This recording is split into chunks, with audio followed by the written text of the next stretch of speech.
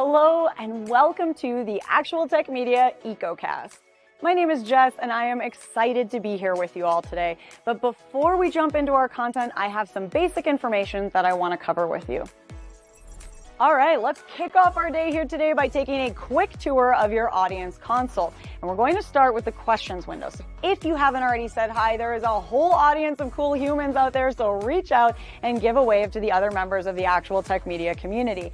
Now, keep in mind that if you do have any technical issues today, a browser refresh is going to fix just about anything. But if those tech gremlins are clinging on today, no problem. Just throw a comment in the question section and our crew will be there to help. We also want this to be an informative webinar for you, so throughout today's EcoCast, we hope you'll get engaged and ask all your burning questions. Not only will we have team members responding to you over a live chat, we will also have a dedicated Q&A session at the end of our presentations. Now, if we don't get to your question during the live webinar today, don't worry, because the awesome experts that we have here with us will be following up after we wrap. All right, next up, there's going to be lots of cool aha moments on the EcoCast today. And if you want to share those with your community, we've made it nice and easy for you. You can use the Twitter button right there in your audience console, and the hashtag for today's EcoCast will be automatically added to your post. All right, our last stop on this guided tour, be sure to check out the handouts tab for some awesome resources and takeaways from our speakers here today. We have an info pack collection, solution briefs, white papers, data sheets, free trials, ebooks, upcoming webinars, and more. So many great resources, so be sure to go explore. Now, if that wasn't enough fun, we also have some exciting prizes that we'll be giving away throughout today's EcoCast. I'm going to tell you a bit more about those later on, but a few quick reminders for you all. First, you do need to be here live in attendance at the EcoCast in order to qualify to win a prize, and we will follow up with all of you after we wrap. Now, all winners must submit an IRS Form W-9 to Actual Tech Media, and all winners must meet the Actual Tech Media prize terms and conditions. Now, if you don't know what those full T's and C's are, that's fine. We've got the full thing for you. Just head on over to that handouts tab, click in, scroll down to the bottom, and you'll find them waiting for you there. Now, the absolute most important thing to remember is that we love getting all your insightful questions during these live webinars. In fact, we love it so much that we actually have a special additional prize for all you inquisitive folks out there. So in today's EcoCast, we will be giving away a prize for the best question asked in each of our live sessions. Now, the expert speakers and teams will review all questions asked after we wrap the webinar, which means that even if your question does not get read out in a live session, there is still a chance to win. If you are a lucky winner here today and you would like to donate the value of your prize, we have several wonderful organizations that we partner with. So let us know when we follow up about your big win, and we'll get that rolling for you. Again, we are so happy to have you all here with us live at the EcoCast today, and we want to keep that good feeling going, so let's connect on social media. Reach out and connect with Actual Tech Media on Twitter and on LinkedIn. We have lots of great content, and we always want to hear from you. Now, if you're looking for more awesome content and resources right after we wrap the EcoCast today, be sure to subscribe to the Actual Tech Media channel on YouTube. Another fun way to win a prize and, hey, grow this awesome community is to refer an industry friend or a coworker to the Actual Tech Media webinar series. Now, you'll find a link to do that right in your handouts tab, and you will also be automatically redirected at the end of the webinar. And both you and your coworker or friend could win a prize, and we hold those drawings every month. So be sure to refer a friend because, it could quite literally be a win-win situation. Next, we have a cool opportunity for all the decision makers out there to get connected with new and emerging tech and innovative vendors. Here's how it works. All you need to do is click on the link in your handouts tab, fill out a quick application, and the Actual Tech crew will then match you with some vendors that we think you should probably be chatting with based on your needs. There will also be fun opportunities that you get to choose to join in, like surveys, test runs, new solutions, extended demos, and so on. You'll get some chances to win extra prizes, you'll chat with great people, and you'll learn about the hottest new trends in tech. So be sure to apply, or hey, send that link to a decision maker on your team. Now, I want to take a quick minute here to remind you all about one of my favorite resources, and that is ransomware.org. You can find out everything you need to know about ransomware, how to prepare, prevent, and recover. This site is jam-packed with information, helpful tips, checklists, strategic approaches, case studies, everything you need in one place. So wherever you are in your ransomware preparedness journey, there is something for you at ransomware.org. Go check it out and start exploring. All right, I have one more exciting resource I have to tell you about today, and that is the Gorilla Guide Book Club. It's going to give you access to free enterprise IT books authored by top industry experts, so you can stay up to date on trending enterprise technology. And yes, these books will work on your Kindle, your mobile device, and as I said, they are completely free. You can download these awesome resources at gorilla.guide, and there's a link for you in that handouts tab as well. All right, well, we have covered a lot of important things already, and I don't know about you all, but I am excited to dive in. So let's get going.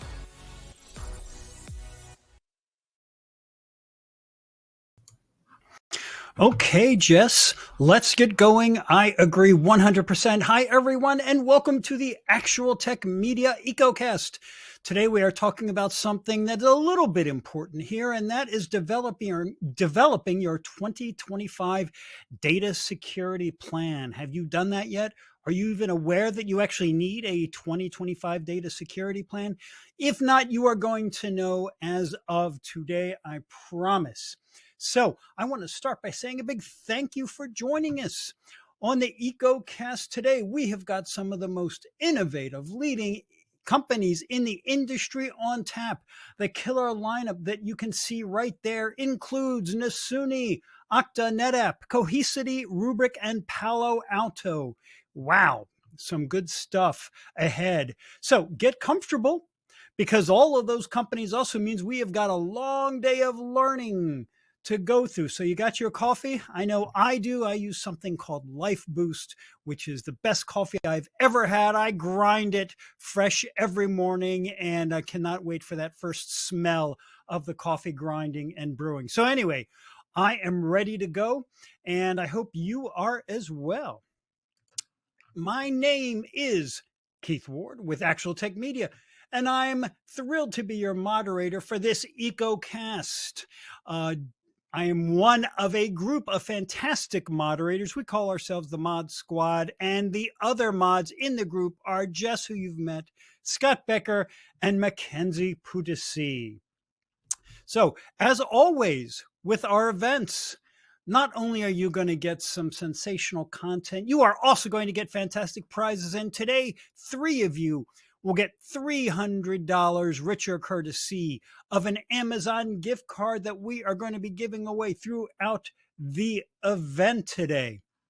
So if you are ready, let's get going. All right. We start this event today with an fabulous keynote from the one and only Joey D'Antoni. Joey is a cloud architect, author with a ton of experience in the industry. He's also probably my favorite keynoter because he is a very, very serious cyclist. And I can't tell you how impressive that is as well for someone who does a lot of cycling himself. Let's hear what Joey has to say about preparing for data security in the coming year. Joey, you are up, sir. Good morning or afternoon, everyone. I'm Joey D'Antoni, and I want to talk to you about developing your 2025 security plan. I just want to start with a quick fact. It's kind of amazing, just the sheer number of cyber attacks that are out there in the world. Microsoft has recently reported just the sheer numbers of ransomware attacks that are taking place. Nearly every business, regardless of the size of industry, has been under some sort of cyber attack. That might simply be as simple as a phishing attack, or it might be a more advanced threat attack. I'll give you an example of one I read about just this week. Russian hackers went through the process of hacking the business next to a business in order to jump onto their Wi-Fi and target the neighboring business.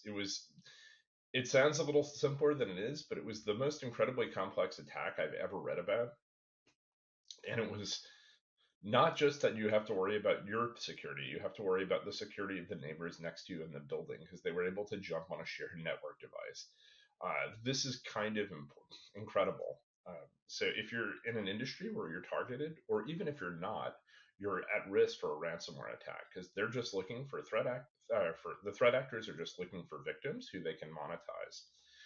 But there's one clear message of this: data security and security in general is critical to maintaining your business. Whether you're running a small startup or managing an enterprise, there's only one thing that's certain: the security landscape is constantly evolving and constantly changing. The question isn't if you'll face a security threat, It's when and how do you handle it? So today, let's look at how you can develop a strong, forward-thinking data security plan for 2025. Microsoft recently published some results on based on their internal metrics that they collect. One of the advantages they have of running a large cloud is they get a lot of data and they get attacked a lot. So they can see a lot of things and they see a lot of things that happen to businesses. A significant portion of businesses, around 72% per Gartner, experienced a ransomware attack in 2023. So let's talk about how to build a security plan for your business that can hold up to the threats you'll face in 2025. Step one of any good security plan is assessing what your current security landscape is. It helps to understand where you stand. Begin with a full risk assessment. Where are your critical data assets? Your customer information, financial records, intellectual property. How are those governed? How are those protected? Who has access to them? Where are the vulnerabilities in your security framework? This is a good place to bring in outside testers. You may want to do something as simple as a penetration test, but you may want to have a more advanced audit to try to look at things like databases and access patterns and who can access your data. Are there blind spots in your tools or policies where maybe a malicious employee could easily exfiltrate data? What's your strategy around that data exfiltration? Remember, even the most advanced security tools are useless if your employees don't know how to use them or aren't trained in security. If your network's not properly designed, a single phishing email can be enough to breach your mission critical systems. So it's important both to do the security controls that we're going to talk about and educate your team, your security team and your business team, not just your IT folks. They're often the first line of defense to attack, and if they're aware of what attacks look like, they're more suited to be able to help. And this isn't just bad phishing training you paid for. You want to establish a culture of security in your organization. Now that you know what your risks are, it's important to set your objectives. What are the must-haves? And don't try to do too much all at once. Try to make this rational. You're not going to completely secure your business in 2 weeks. It's going to be a time period thing. But you want to protect your sensitive data through encryption and regular backups. It's really important to ensure those backups are, immutable, which means they can't be written over again. And ideally, they're offline and offsite or air gapped, as we would say. Uh, Basically, you don't want threat actors to be able to have access to your backups. If you can easily reach your backups from your laptop, so can an attacker. You also want to ensure you stay compliant with regulations like GDPR or HIPAA if you're in the healthcare industry or you have any clients that have any exposure to Europe. Uh, or if you're in the financial services industry, there are a myriad of regulations you need to ensure your compliance with. The other aspect here is cyber insurance. If you have cyber insurance, your cyber insurance provider is going to require you to do a bunch of things that are effectively going to be like being in compliance with GDPR, or HIPAA. Most importantly, you need to be able to respond and recover quickly. An example of a goal you might set is to reduce unauthorized access incidents by 30%. And you can do this by implementing things like multi-factor authentication, uh, conditional access policies that only allow logins from trusted logins, ensuring that you have separated admin accounts for higher privileged IT users and potentially even executives. Always with security, we talk about defense in depth. And what do we mean by defense in depth? This means building multiple layers of defense. Think of it like securing a house. You lock the doors, you set up cameras, maybe even get a guard dog.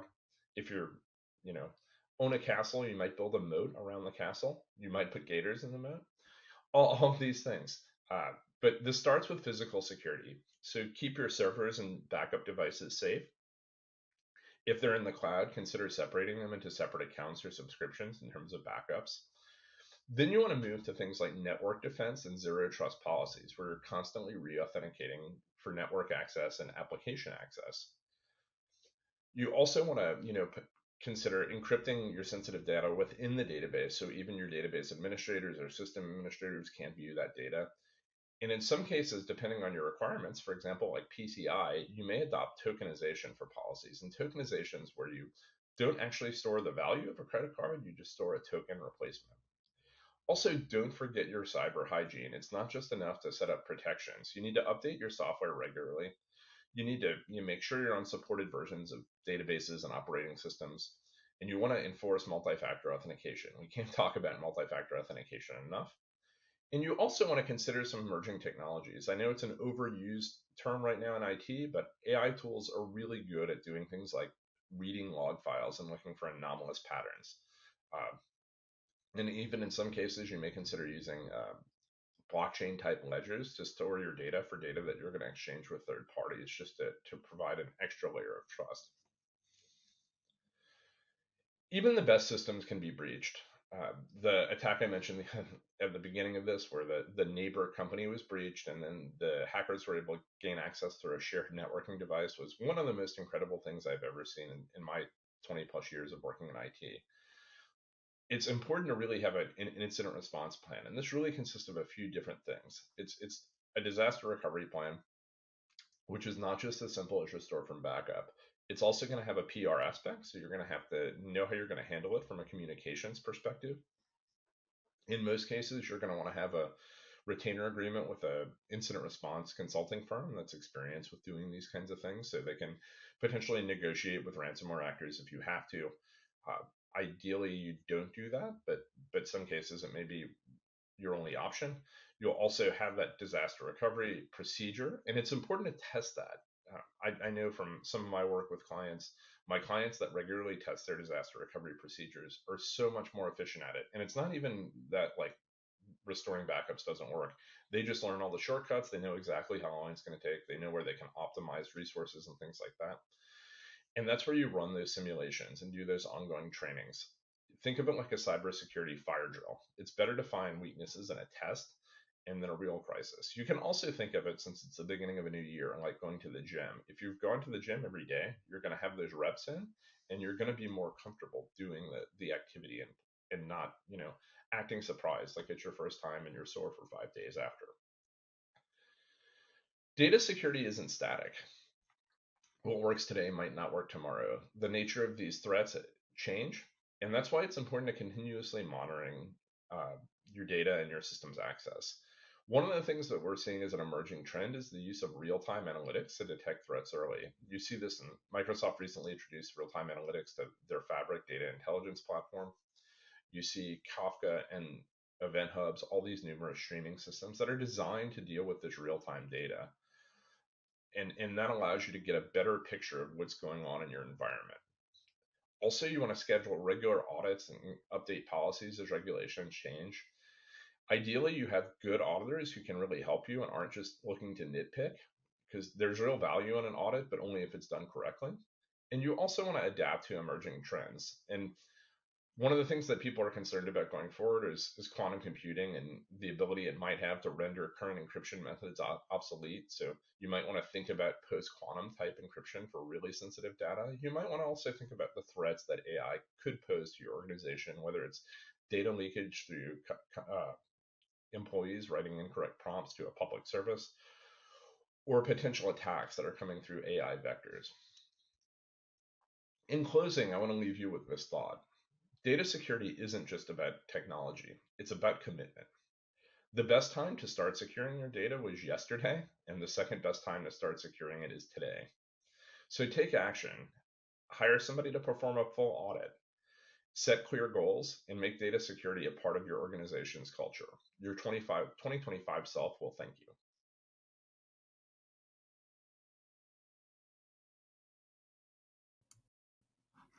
Okay, thank you so much, Joey.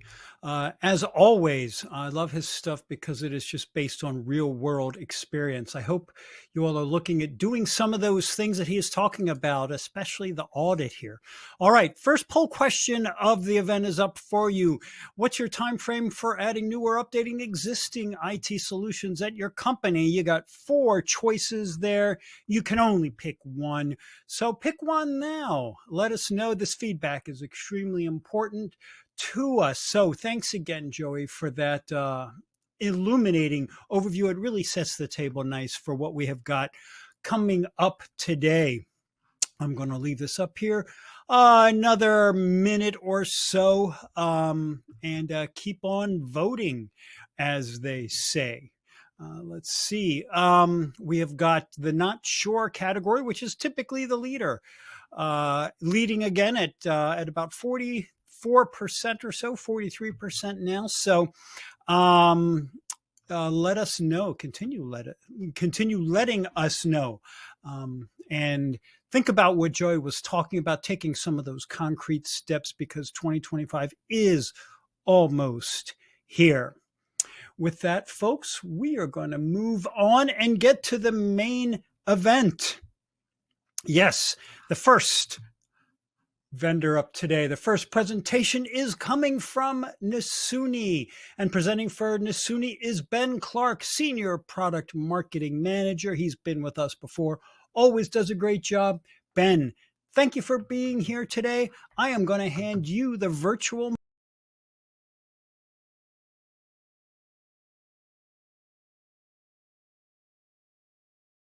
Hello, everyone. Happy to be here. My name is Ben Clark. I am a product marketing manager here at Nasuni, and I focus on our ransomware protection solution and our data security story. And so today, what I will be sharing with you is some stats that we collected from a report in 2024 that I think will be very interesting about the key components of a data security plan, that when you're thinking about your data security plan in 2025 to really keep in mind, and then talk a bit about our solution and how we address these key components. So to start out, a question to ask yourself: are you confident that your organization is ready for a cyber attack? Simple question here. You know, most people, I hope you're confident. We know organizations are getting attacked more than ever. You know, that level increased in 2024, and I see no reason for it to stop as, you know, security and hackers both get more intelligent with these attacks. So think about it. Are you confident? So businesses worldwide paid out over 1 billion in ransomware payments last year, with those stats coming from 2023, and 2024 is forecast to be even worse, as well as 2025. So we know that businesses are getting hit all the time. We know that large businesses like MGM and you know, Change Healthcare, big corporations are in the news that have big security teams, that have tons of tools. So it's really just a question of not if, but when. And so in this research we did, we asked that question to the respondents. Are they confident that they can recover critical unstructured data and cope with a destructive cyber attack? And so if you look at the data on the right-hand side, 40% were very confident, 34% were confident. So 74% were either confident or very confident. And you add those that were somewhat confident, we're getting up to 97%. So almost all of these respondents are somewhat confident, with 40% being very confident that they can recover critical unstructured data and cope with a destructive cyber attack. And so now to the next question, asking these respondents with their experiences with ransomware attacks over the past year. These are the same respondents that just said they're all so confident, but 54% of the respondents suffered an attack which resulted in either a ransom payment, costly downtime, data loss, reputational damage, or issues recovering their data. And, you know, as we know, obviously you're going to get a ransom of however many Bitcoins or whatever it is, but generally the ransom itself, the ransom payment, is just a small part of the costs incorporated with the destructive cyber attack. And so if you look at this, only 27% have not experienced any attacks in the last year. So 73% of respondents did, so a large number. 20% of the overall amount of respondents easily mitigated or detected, mitigated, and recovered from the attack. It's great. 20% were able to recover, but after costly downtime, data loss, reputational damage. 17% struggled. And I wanted to point out those two on the right. So 17% did pay the ransom, and about 50% or attacked again. And I think that definitely lines up with a lot of reports you see. Why not hit you again if you end up paying the ransom? And so that's never, paying the ransom is never the key to a security plan. And so why is this? So there's obviously a big confidence gap here. These organizations are confident, but they're still getting hit and they're suffering and not really recovering well, besides a small group there. So we also asked about components of their data security strategy. And, I think the stats really show that some key components are missing when you look at these different pieces at the bottom. So while almost half of this is stat at the top left is saying it like it's a good thing, but only 49% of these respondents have taken steps to make sure their data is backed up, immutable, and easily recoverable. I think that's step one. Having immutable backups that can easily be recovered is number one. If you can't do that, then you're never going to be able to recover well from a cyber attack. 60% did not have a well-rehearsed plan in place when an attack occurs. I mean, every organization should have a well-rehearsed plan, no matter what tools they have in place. If they have a security team or not, you're working with what you got, but you better know what you're going to do when an attack comes. A couple others that stood out here: less than half, 47%, have tools capable of detecting attacks in real time. Every second counts, so you don't want to rely on detection that may be within backups that take a while to analyze and find something fishy going on.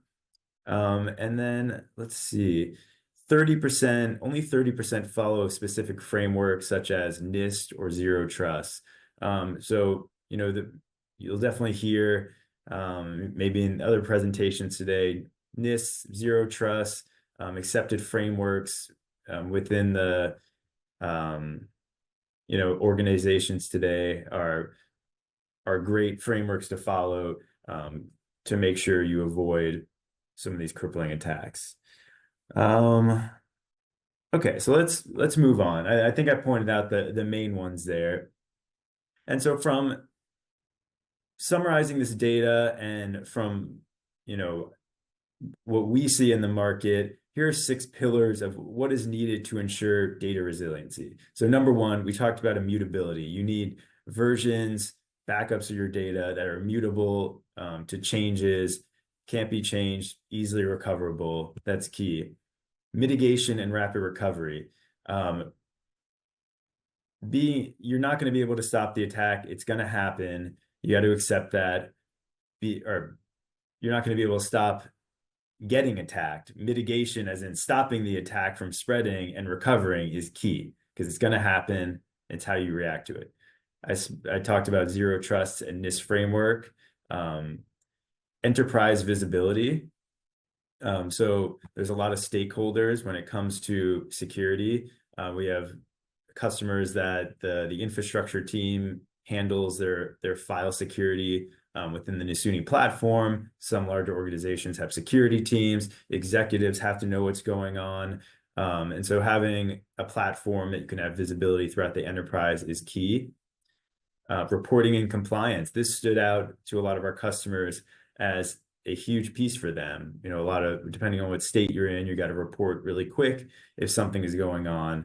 And having comprehensive reporting, not only for that sake, for cyber insurance, for recovering quickly, to have transparency into what happened, when it happened, what is going on, where do we recover to, is key.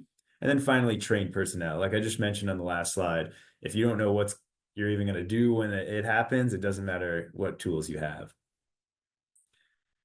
So moving on from here, well, let me first say, what is Nasuni in general, so you even know what the company I belong to is even talking about. So Nasuni is a global file platform built for the cloud, with built-in disaster recovery, ransomware protection, multi-site collaboration, and file synchronization.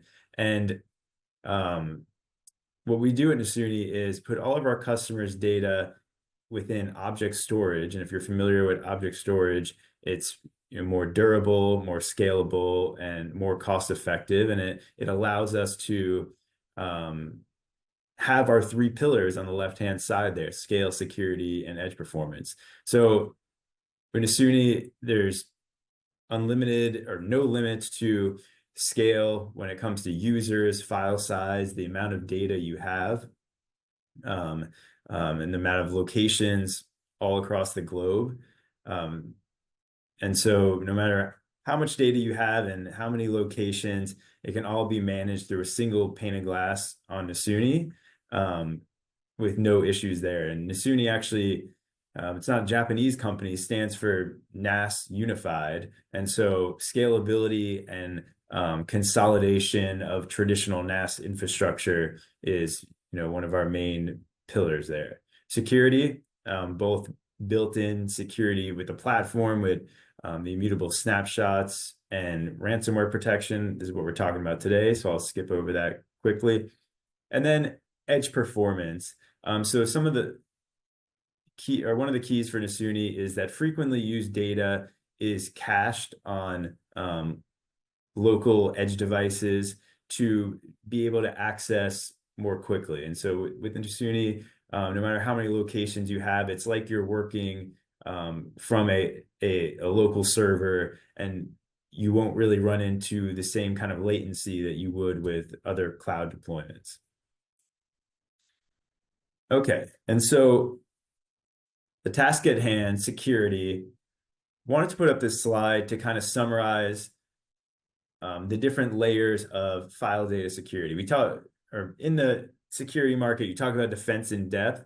Nasuni tries to provide a great layer of protection for your files. And so number one, with the platform, we talked about the importance of immutable snapshots.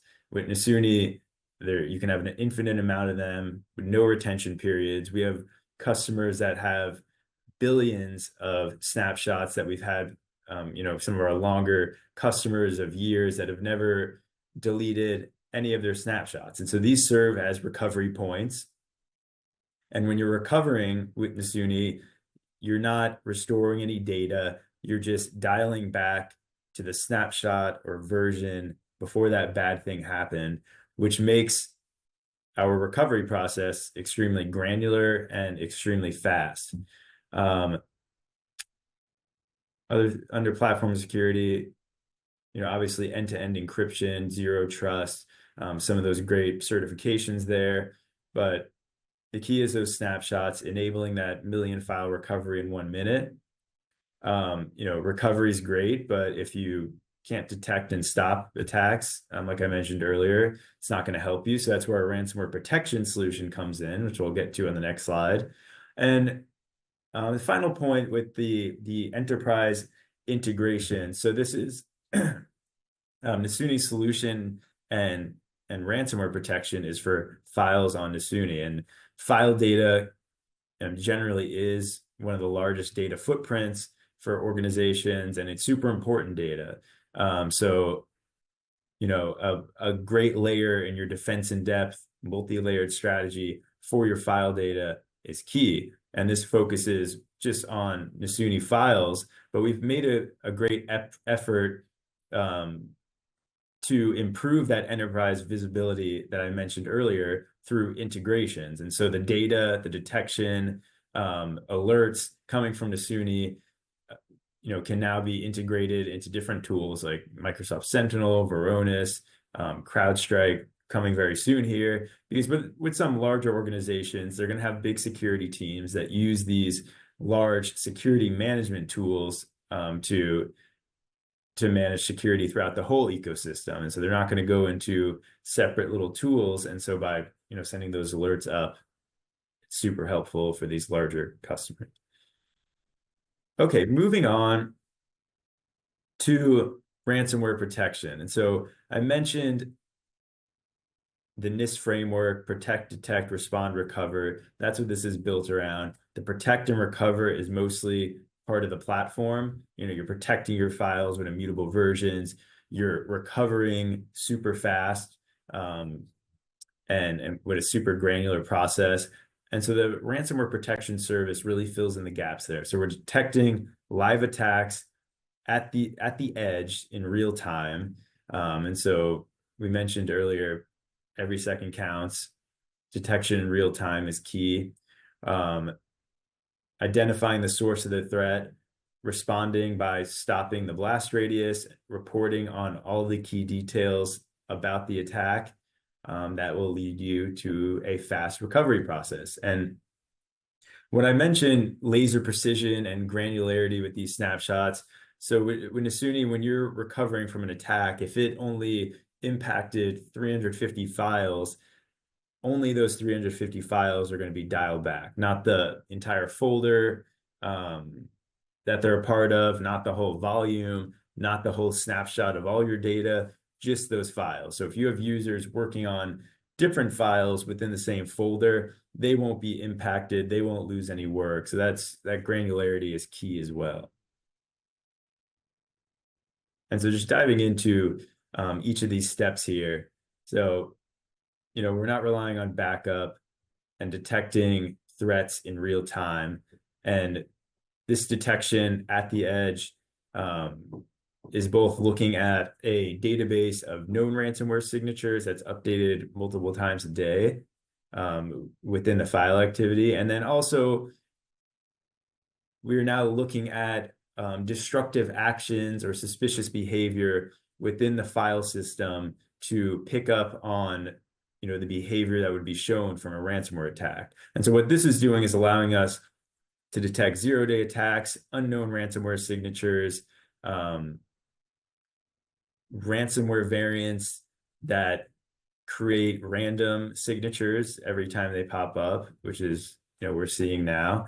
And we do this by looking at different patterns of destructive actions. And so maybe you don't see the signature there, but for some reason, within a certain folder, 100 files were opened, read, renamed, deleted, all in quick succession. So we're looking for different patterns like that to warn you of something fishy going on. And so we detected it at the edge. Very soon after that, maybe a minute or so, when it's a ransomware attack, it automatically is cut off from the rest of the network. And so it's there. Even if you don't see the alert in time, it's been cut off at this point. So if it's the middle of the night, it's not continuing to spread. So that's great. And now you're ready to figure out what happened and recover. And so now, as soon as that incident is detected, a incident report is generated, which I mentioned earlier. And so this is super valuable because if you can see the details there, it's everything you need to know to recover, but to also report and provide visibility to whoever needs it. And so you have your affected filer, the user involved, the number of files affected, a list of files impacted. And the most important thing is really that timeline there. So you can see when the violation was detected, when the incident was generated about 2 minutes later. It was then blocked about only 15 seconds after that incident was generated. And then if you come back after you restore, that's that final piece of the timeline. But the most important thing is that the first part there, the last completed snapshot. So when an attack happens, you generate this report, gives you all this information, but it's already telling you where to recover to before this attack happens. So it really eliminates all the investigative work and the administrative work that goes into investigating a ransomware attack that can take a long time, especially if you let it spread, far throughout the environment. And so then these details are queued into the restore process, which allows it to just be a couple clicks and you're done.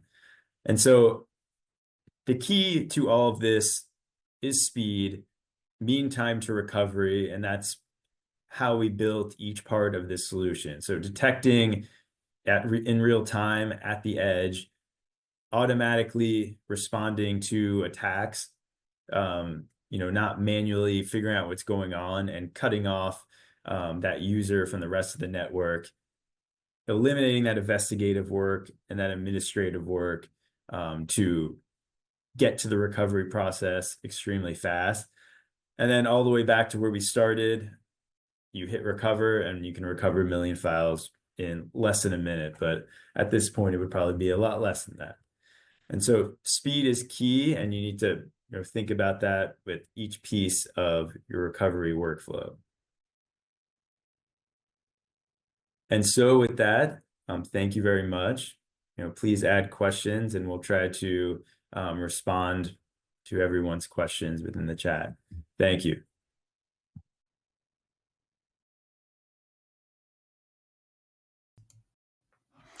Thank you, Ben. Man, great presentation as always. And we have another poll question up. Please let us know what additional resources you would like to see from Nasuni. Some of those stats that he rattled off from the latest survey were pretty frightening and just show that ransomware is not going anywhere as a problem. In fact, it seems every year to be accelerating. So, yeah, a lot of need for some of the solutions that he was talking about there. And there's a ton of questions that came in for Ben and Nasuni. He is not able to take those today, but they will be following up offline and responding to the questions that you ask. I also want to remind everyone, while you continue to vote in the poll, about the handouts section. Now, there's a PDF from Nasuni, which is a platform overview, so make sure to take a look there and check that out. Thanks to everyone responding to the poll. That feedback is crucial to us, and I'm going to leave it up here another moment while we give away the first prize of the day. And the winner of the $300 Amazon gift card is Mike Daniels from California. Congratulations to you, Mike. We will be in touch about claiming your prize. Now, with that, why don't we move on to our next presentation? This one comes from Palo Alto Networks, and presenting for them is Prasid Rikanth, the Senior Director of Product Management Data Security, with all of those letters behind his name. What that tells me is that he is a true expert, and I cannot wait to hear from him. Prasid is ready to go, so I am going to turn this over to him right now. Prasid, take it away.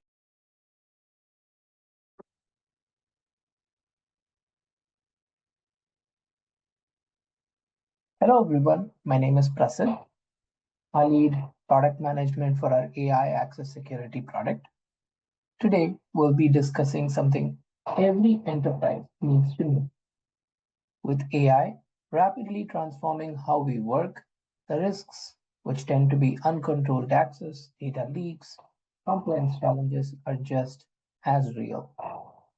Our goal is to show you how to harness AI's power for protecting your business. In this presentation, I'll be covering the essentials, which tend to be real-time visibility, robust access controls, data protection, and much more. By the end, you'll have a clear path to secure, scalable GenAI adoption. Let's get started.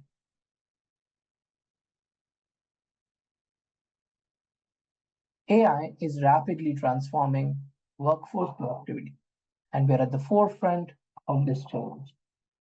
By 2030, over 12,000 AI applications are projected to be in use, reshaping how we work, create, and communicate.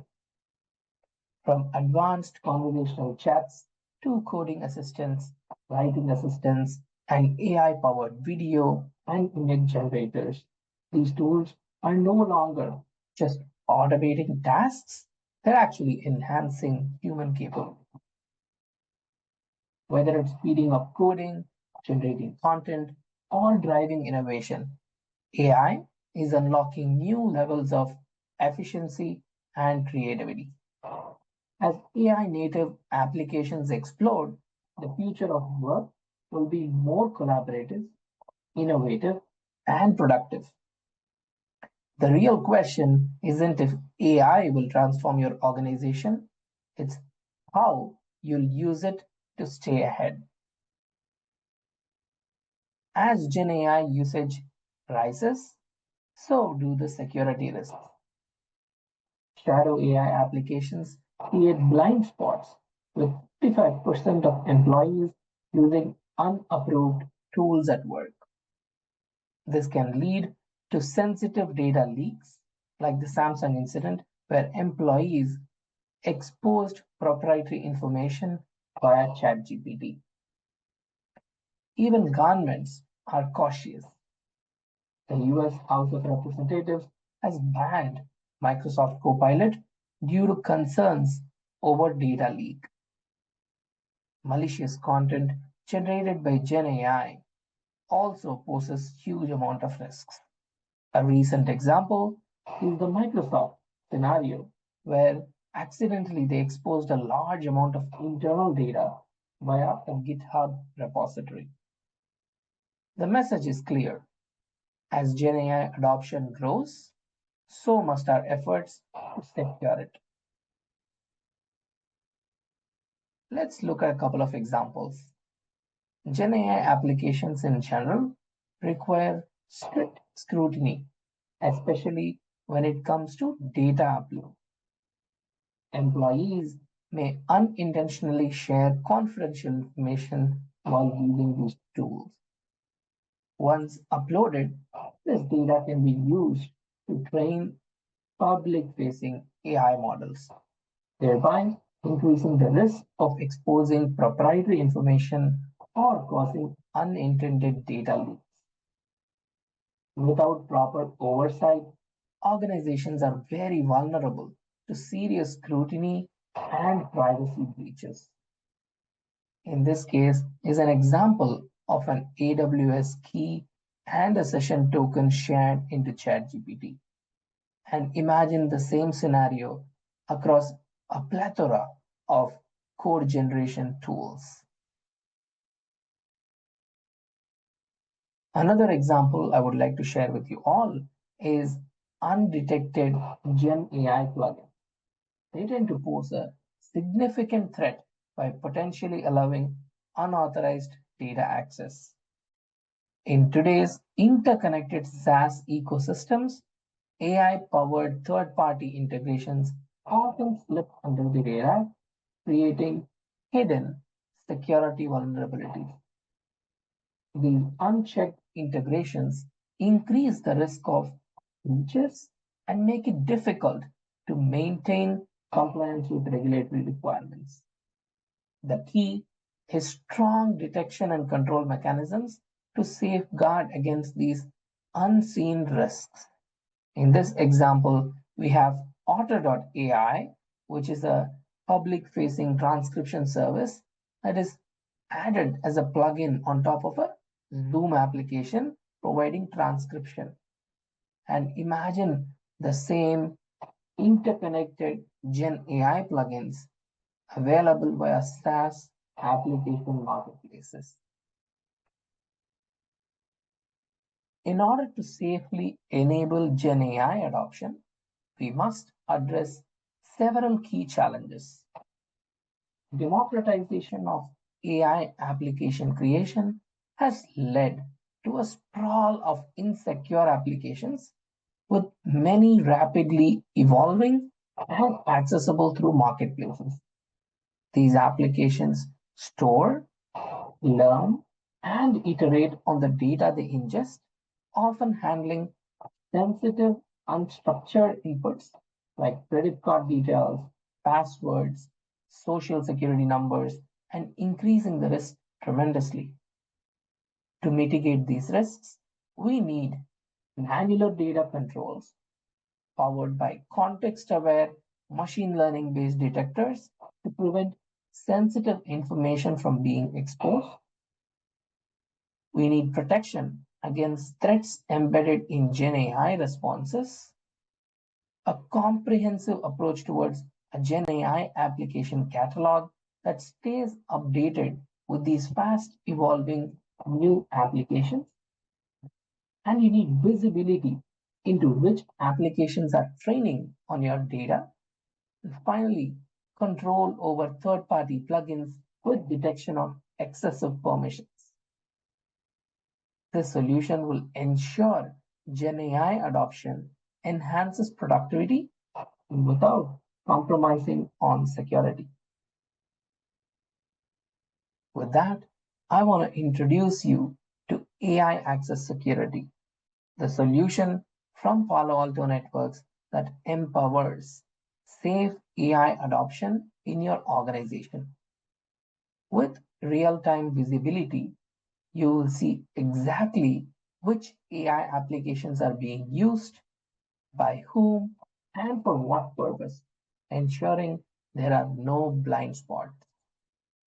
Our powerful access control features allow you to block unsanctioned applications, enforce security policies, and shield your organization from potential threats.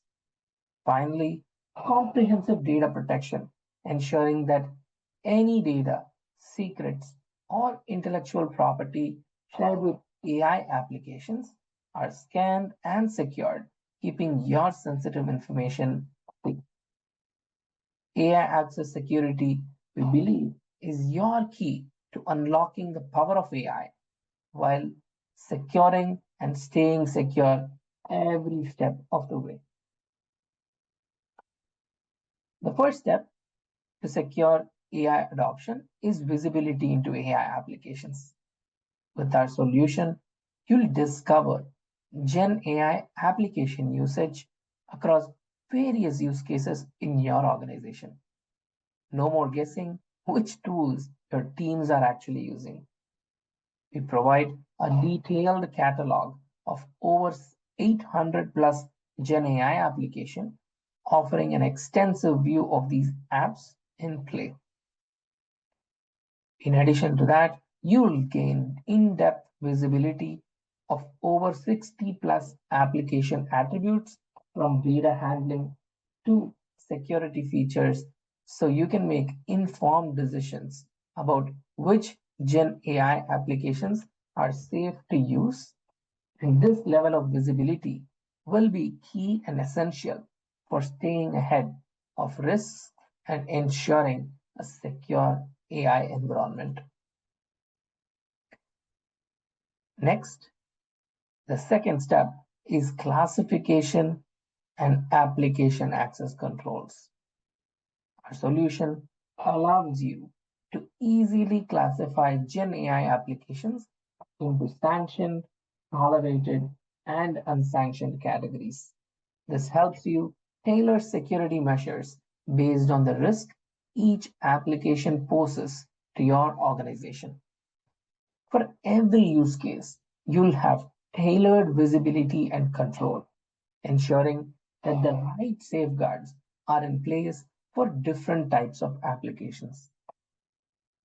With out-of-the-box best practice policies, setting up robust application access controls is seamless. You can immediately block unsanctioned applications, apply controls to tolerated ones, and securely manage sanctioned applications, ensuring a strong defense at every step. Step 3 is all about data access controls, ensuring sensitive data stays protected as AI adoption grows. With LLM-powered context-aware machine learning models, you can classify data across 300 plus categories, identifying what needs protection at a very fine granular level. Next, you can set up contextual inline policies to prevent exfiltration of sensitive data to GenAI applications in real time. Whether it's intellectual property, financial details, or personal information, these controls keep critical data secure. Additionally, end user coaching is provided through the Prisma Access agents and the browser integrations, guiding employees to make secure choices when interacting with Gen AI applications. Lastly, you'll have visibility into encrypted traffic directly through the Prisma Access browser, ensuring that even hidden threats are detected and managed. This holistic approach locks down your data while enabling safe Gen AI usage. Step 4 focuses on all about our security controls, safeguarding your organization from emerging threats in the Gen AI ecosystem. We help you uncover interconnected SaaS and interconnected Gen AI applications within SaaS marketplaces, shining a light on hidden integrations that could pose risks. You can also identify, monitor, and remediate unauthorized AI bots, ensuring they don't have access to sensitive data or cause disruptions. Our solution can detect threats like malicious URLs or files embedded in GenAI application responses, keeping your environment secure from harmful content. Finally, you'll be able to monitor and maintain Gen AI application posture to ensure compliance with security standards and regulations, giving you the peace of mind as you embrace AI across your business. Step 5 is all about continuous risk monitoring, keeping a constant watch on your Gen AI application environment to ensure ongoing security and compliance. You'll have the ability to review application adoption and usage insights across different Gen AI application categories, giving you a clear view of how these tools are being used and where potential risks might lie. Our comprehensive reports will provide you with detailed insights into Gen AI application usage, associated risks, security posture, and compliance status. This helps you stay informed and proactive in managing your AI environment. Additionally, you'll receive contextual recommendations to strengthen your security controls for GenAI applications, ensuring that your defenses evolve alongside emerging threats and trends. This continuous oversight is key to managing a secure and compliant AI ecosystem.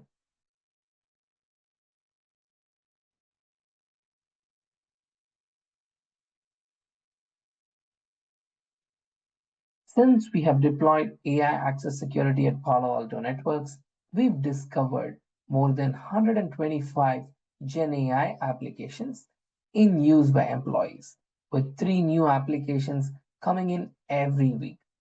Of those applications, we have sanctioned, tolerated, and allowed quite a few of them with the ability to block new applications automatically as they are discovered. As users try to use new applications, they can ask for exemption. We've implemented new DLP policies to protect sensitive data like source code, secrets, tokens, credentials, and more. Everything we have blocked has a 95% efficacy rate. For the remaining 5%, users tend to have asked for exemptions, and this has significantly improved our operational efficiency. With that, we encourage you to learn more about our capabilities or schedule a customized product demo for getting started with AI access security. Thank you everyone for listening in. This is Prasid signing off. Until next time.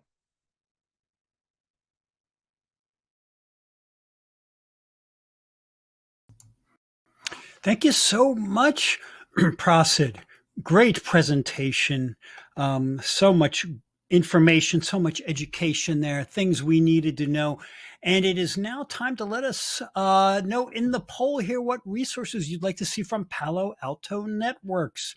please make sure you fill that out. At the same time, remember that we've got a great handout available from Palo Alto. Also go to the handout section. All of the resources we have there are absolutely free, and download them now. Now, there's a bunch of questions we're unable, unfortunately, to answer right now. They're not able to hang out with us, but Prasid and the Palo Alto Networks team will be doing their best to follow up on all the questions that you did ask. So thanks to everyone responding to the poll. We love having that feedback. It is important to us and to our sponsors. And so you got another few seconds to vote. Prasid, thanks again for this amazing presentation and for educating us on Palo Alto Networks. They are always doing so much innovation in the space, and we are delighted to have them with us today.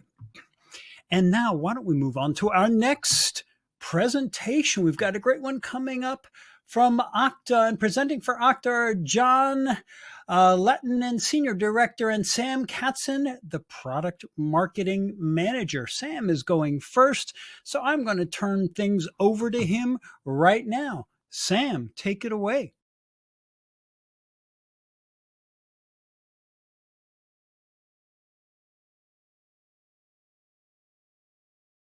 Hey everyone, my name is Sam Katzen, and I'm excited to be with you today to chat through a little bit of how identity can help your organization optimize your software costs and enhance your security.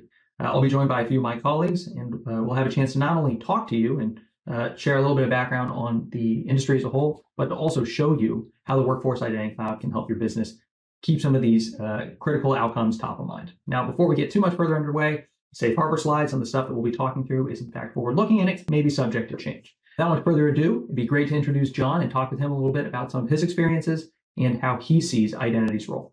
John, thank you so much for being with us today. It's great to have you. And before we dive into any specific questions, would you mind just giving us a little bit of color on what Okta is? Of course. So Okta and Okta here at Okta, despite being very fun to say, is actually our identity security practice. Okta and Okta owns our own implementations of Okta for both workforce and customer use cases. So we position ourselves to be our best first customer, try to file off the rough edges of new product features to try to make sure it's as good as possible by the time it hits our paying customers. And then last but definitely not least, we share our experiences. There's value in practitioners talking to each other, and I like to facilitate that. So we like to showcase what we've accomplished here at Okta and even own some of our warts and rough edges, because there's always lots of learning that can go on because of that. Mm-hmm. And I would imagine that as part of that role, you spend a lot of time with our own leaders trying to understand what they can get done with identity. What are some of those top priorities that you hear from them, and how do you kind of translate that into identity's impact on those outcomes? Yep.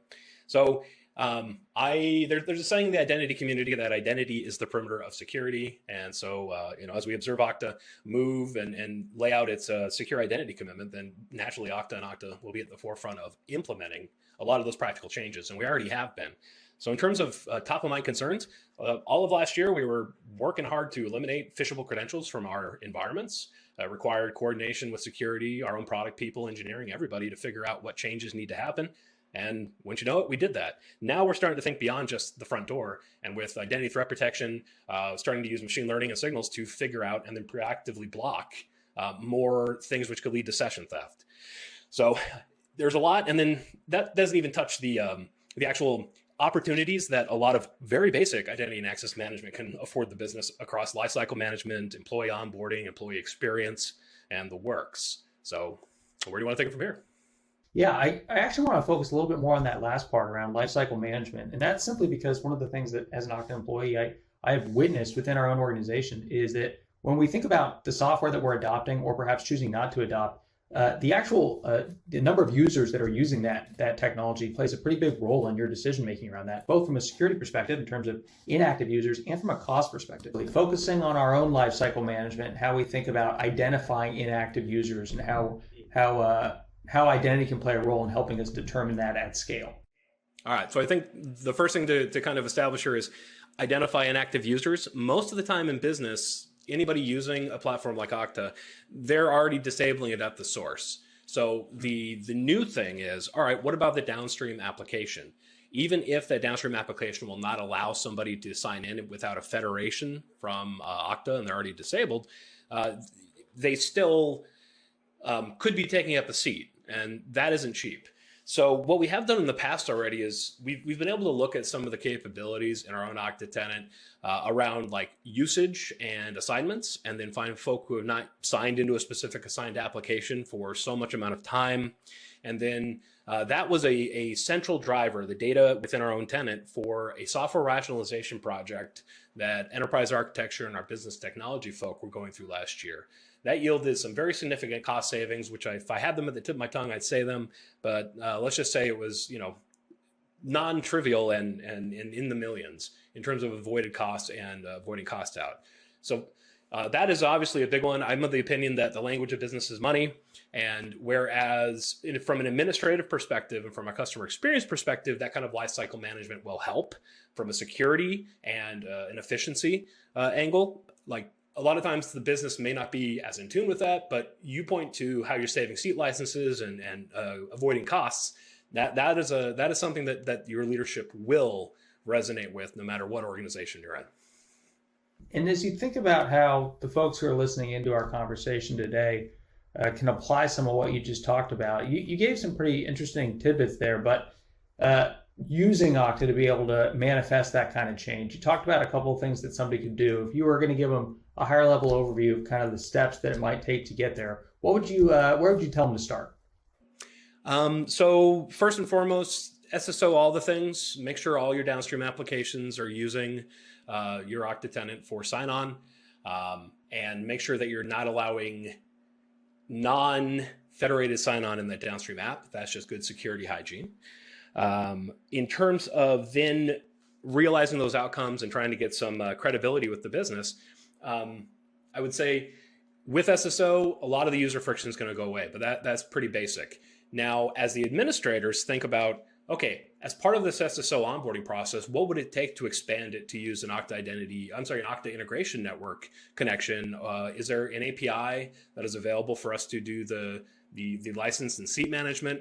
Or ideally, is there something like SCIM? So that way, when you onboard an application into your tenant, don't just think about the sign-on experience. Think about all the facets you have inside of your environment for provisioning, deprovisioning, lifecycle management as part of that integration. It will not add too much lift to the collaboration required to get a service provider or a relying party to speak to an identity provider, but it will greatly facilitate any future moves you want to do around identity governance and automated lifecycle management. Yeah, so what I'm hearing from you, and thank you, that's a great overview, is first getting your arms around all of the resources that you have downstream and making sure that you have visibility into the comings and goings, the logging in to those resources via federation. The second thing that I heard you mention was this idea of lifecycle management, being able to provision and deprovision at scale. Then the third was this idea of governance and being able to say, all right, can we make sure that we're making the right decisions on an ongoing basis in order to not only provide that access, but revoke it when we need to. Is that fair? Oh, yeah. And I think you're hitting on the opportunity of a robust IGA program, and it is well known amongst the practitioners and all the customers and other people I speak to in the industry that IGA is a big lift. It requires a lot of care and feeding, but the value opportunity and the superior compliance artifacts you're able to generate from it, and then also the cost savings from license management are worth that lift. Wonderful. Well, John, it's been a pleasure to speak with you, and thanks for sharing your insights into this. Well, thanks so much for having me, Sam, everyone else.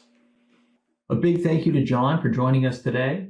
And I think one of the things that you heard from him most specifically is that there's really two key ways that identity can help your organization get your arms around these things. And that's both around cost and the business value of it, but also this idea of security as well. And before we go any further, I think it's important to step back and kind of understand what got us to this point when it comes to SaaS sprawl. And critically, much of this, like so many other things in our world, kind of began to spike right around 2020 and COVID. And that's largely because every organization adopted more and more cloud. It really accelerated that adoption in a meaningful way. If you were already cloud forward, this only intensified for your business as you brought on more tooling to accommodate your remote workforce. And if you were more of a slower adopter in the move to the cloud, this absolutely accelerated it. It really took you from 0 to 1. And you can see it in the data that Gartner had. Back in 2020, SaaS spend was $105 billion. That was a pretty major jump from 2019 as that year progressed and more businesses had to adopt the cloud. But if you look forward to 2024, what Gartner's projecting, that number is over twice as much as what we had in 2020. Which is a natural maturity. As more and more organizations have found success in the cloud, they brought in more and more tooling. However, there is a downside to all of that, which is that as we adopt more and more cloud, we lose visibility into each of these downstream applications. And as a result of that, Gartner said that 25% of SaaS spend itself today is underutilized. And I think if we reflect upon our own organizations, we can really see how that might manifest, because we don't have as good of a sense of not just whether somebody's provisioned to something, but whether they're actively using it or not. And if they aren't, how to go ahead and take action. And I think that really is a nice segue into some of the impacts of underutilized SaaS. Now, on the one hand, there's of course the dollar and financial side of this, which is that you're going to spend money on unused SaaS tooling. There may be a case where a particular SaaS application was critical to how your business functioned back in 2021. It was a source of truth, and perhaps for a variety of reasons you moved off of that, but you're still spending money on that. You still have licenses that are outstanding. The second piece of this is that you may be misappropriating your existing licenses. Maybe a case where you have 1,000 seats for a specific application and you only have 800 that are being used, and those 200 could be appropriated someplace else rather than going out and spending more money on another tranche of seats. From the security side of the house, this is really a potential risk to your organization. The first part of this is over permission users, those joiners, movers specifically, and leavers who are in a place where they may have been permissioned applications that they no longer need for their roles, but you simply have no way of knowing that they're no longer using it. And that leads into this second category, inactive or orphaned accounts, where you have maybe it's because they left the organization, maybe it's because they changed teams, but this access that is not only no longer needed, but is just kind of lying out there with nobody really aware of who's using that access, or if it's not being used, the potential risk that it may pose to your business. Now, a natural question here is, of course, why it is that if organizations understand these ramifications or these concerns, and I'm sure many of you on the line do, why is it it's so hard to take action on it? And I think on one side of the house is this idea of trying to identify these inactive users. The SaaS portfolios that all of our organizations are relying upon today are relatively vast. And as a result of that, you have these downstream systems that are in a lot of ways disparate. And so it's very challenging to gain visibility into each of these tools and be able to say who's active or who's inactive. And that's where the second piece comes in, because doing so requires a ton of manual workloads just to be able to say, do we know which users are using these applications or not out of the directories that exist within each of them? And then there's the third piece of it, which is that it is very hard to go ahead and remediate, be able to take action at scale to deprovision users. All of that ladders back to more manual workloads where many of our teams that are already stretched pretty thin aren't going to have the bandwidth to do this on a recurring basis, let alone once a year. Now, the other side of this is to go ahead and lock down your applications, really limit birthright as much as possible. And I think there's a lot of validity to that. However, one of the downsides is that you really slow down your business and can limit productivity across your organization. You want to make it possible for people to get access to what they need when they need it. So not only does that frustrate end users who don't have access to what they need on an ongoing basis, but it also strains IT, because when that access isn't provided, then there needs to be some sort of flow to allow users to request access. Usually, for many of our businesses, this comes in the form of help desk tickets. And while it's a great way to document who needs access, some of the SLAs that are attached to it are really relatively long for the end user and create more manual workloads for the IT team as a whole. And this is really where identity's role comes into all of this, because you can already see how it can create a real through line across each of the issues that may present a business when it comes to gaining that visibility and rationalizing their software spend. And that's because identity really gives you this ability to look, again, as I said, across your stack. And that's giving you the users and the applications and provisioning and deprovision, giving you authentication and the ability to automate, and the ability to take that informed decision. However, for many of us today, our identity is still solved in silos. We have our downstream applications or systems. We have our own identity governance tooling. We have our own privilege access tooling. And as a result of that, it makes it awfully challenging to create that centralized visibility that you need to be able to rationalize your software and maintain least privilege. And that's really where the Workforce Identity Cloud can come in. And for our customers today that are relying on us for access management, this is a great first step. But the reality is that it needs to be a unified approach in order to carry out these kinds of least privilege software rationalization optimizations, because you really need to link together a number of different identity disciplines to create a more holistic outcome. And that's exactly how we think about it. Because the Workforce Identity Cloud unites all of these things, real-time access and provisioning data that comes from things like single sign-on and federation. So we know exactly when a user is accessing an application. The second piece of this comes through the automation and the ability to look within an organization, or ability to automate actions across a business to create scalable processes that identify inactive users.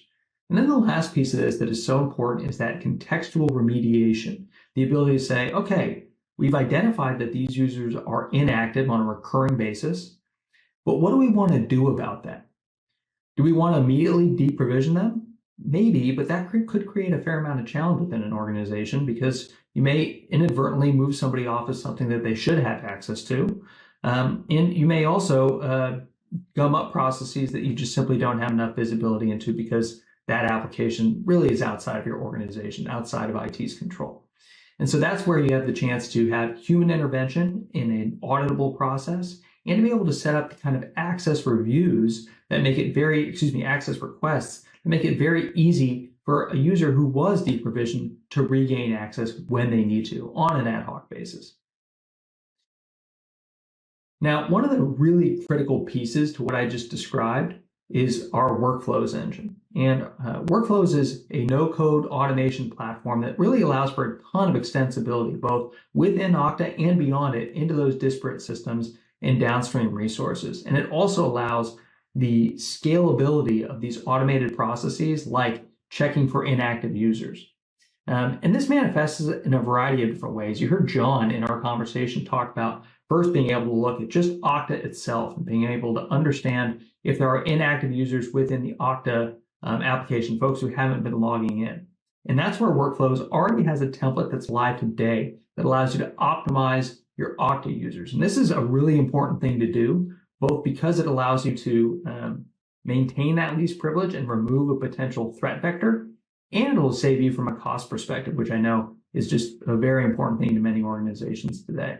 So the template, you can kind of see it outlined here. I think that's an incredibly valuable way to think about it. But what's more important than just thinking about it is ultimately seeing it. And so I'm excited to introduce our senior solutions engineer, Craig, who can walk you through exactly how this workflow template can be used within your organization. Craig, I'll let you take it from here. Thanks, Sam. Hey everyone, my name is Craig Berzosa, and I'm a senior solution engineer here at Okta. In this demo, I want to show you what Sam was talking about, where we can use a template in the Okta workflows to identify any inactive users that are in Okta today. So first, you're familiar with Okta Dashboard, but let's go here to Workflows and the Workflows console. And this is where you're able to handle all of your different workflow tooling. The main thing we want to find here is actually go to the templates page in the top middle, and you can search for all the different workflow templates. These are pre-built flows that have been created prior with our different workflow teams. And you can search for those here, or you can, of course, look at some of the default ones. And what's great here in the introductory tab is that we do have the identify inactive Okta users as a template. We'll go ahead and click that here. And what you can see is a full description of what's contained in this template flow path. And in this case, we have one main flow, a helper flow, and a table that gets written to. We also have all the information about what the user is able to do with this flow and some examples in these pictures. So you can then add the template into your list of flows. Here, add template. I've already done that, so what we'll do is just come here to my list of workflows. And so over here, we have identify inactive Okta users with the two different flows that are available. We'll click first here into the main primary flow. So in this case, when you're looking at an Okta workflow, the first thing that's important is the initial card. this is the trigger and that determines when does this flow actually run. So in this case, you would normally schedule when to go and search through all of your Okta users to see which one's inactive. And this would be done maybe monthly or every quarter if you want. And as we move to the right, the important card here is the list users with search. This is the workflows card that's actually checking and iterating through all of your users, checking that it is an active user, and then on that active user, determining is that user inactive or not based on this helper flow that's running, and we'll go through, as well as the time window in days. And this is what determines what's considered an inactive user if they're inactive for more than this time period. So let's go into the helper flow and show you what's in there. And so here in the helper flow, we're pulling information in this trigger card from the initial primary flow that's sending the information over. And so we're getting the user, the time window days attribute, and pulling that into the cards over here. So the first part in the helper flow is that we're actually determining if the user is an active user and they have been initiated. Then we're determining is that user active by checking them against that 30-day time window. And if so, go ahead and say if they're past 30 days and they've been active for 31 days or more, go ahead and write them into the table. So then when we come back here and we come to the table, we can see that all of these users, once the flow's been run, have been inactive for this many days. And at this point, what we can do is list them out and put this into a report when it comes to sending it by email, maybe putting it into a service desk ticket, or whatever you would like to do with it to take this information and report it to the right people. And so that's being able to use the Okta workflow template to find inactive users in Okta, determine which ones are outside of that are inactive, and then send that over to this table and then turn it into a report. Awesome. Thank you so much, Craig, for taking us through that workflow and showing how individuals can use workflows to identify inactive Okta users and ultimately save their organization's money and shut down a potential threat vector. Now, I'm sure many of you are thinking to yourselves, well, that's awesome that I can do that for Okta, and that's going to be something that I really want to put into place today if I haven't already. However, Okta is not the only SaaS application I rely upon, right? I have a huge portfolio of applications, and I really want to gain that visibility across all of my applications. And this is really a case of where the Workforce Identity Cloud as a unified solution absolutely shines, because alongside all of the investments that companies have made in access management today within Okta, to be able to do SSO and to apply hardened security tooling like phishing resistance, they also can take advantage of identity management capabilities via Okta Identity Governance. And Okta Identity Governance has 5 core capabilities within it, starting with lifecycle management, continuing with access requests, access certifications, that workflows capability that we just talked about before, that powerful automation engine, and entitlement management to give you fine-grained governance over specific entitlements within applications and some out-of-the-box connectors that are provided there. Now, in concert, all 5 of these capabilities are critical alongside reporting to how an organization is able to govern access. And that's everything from that join, remover, leaver side of lifecycle management to taking advantage of the information that's already coming through our strong access management solution to enable your business to do things like identifying inactive users and taking action to really harden your access controls at the same time saving your organization money. So just to recap, I think there are a few of the things that the Workforce Identity Cloud really lends itself well to rationalizing your software and ultimately getting a better grip on your governance across your organization to save money and to make your organization more secure. And I think that first part is giving you a place to centralize and give you a single source of truth. So that means that you already have a ton of applications integrated to Okta today if you're using our access management capabilities. And if you're not, it's a great way to centralize. We have over 7,000 integrations that crosses both SSO and SCIM for provisioning to allow you to do that coarse-grained provisioning we talked about before that will enable the provisioning and, of course, deprovisioning as it relates to this. And the fact that Okta serves as that identity provider and captures those SSO events gives you a chance to capture data across the entire Workforce Identity Cloud. Workflows gives you the ability to automatically identify those unused licenses, those inactive users. And because of the ability to take action or remediate with Okta, you can review and revoke that access all in a totally automated and scalable way. And the last piece of this that is kind of closing the loop is making any of those resources requestable in the future so that any individual who does need access can get it when they need to without taking up a license for a long period of time or creating a potential issue for your organization downstream with unused or inactive access. So just to recap what Okta Identity Governance includes, I talked about the 5 capabilities before. Lifecycle management, that's a standalone SKU that's also sold via this bundle.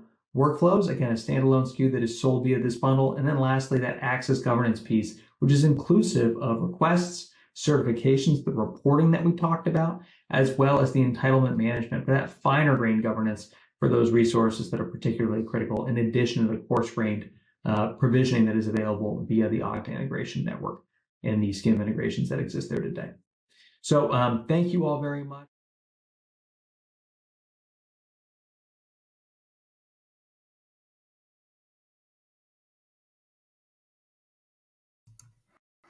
And thank you to Sam and crew.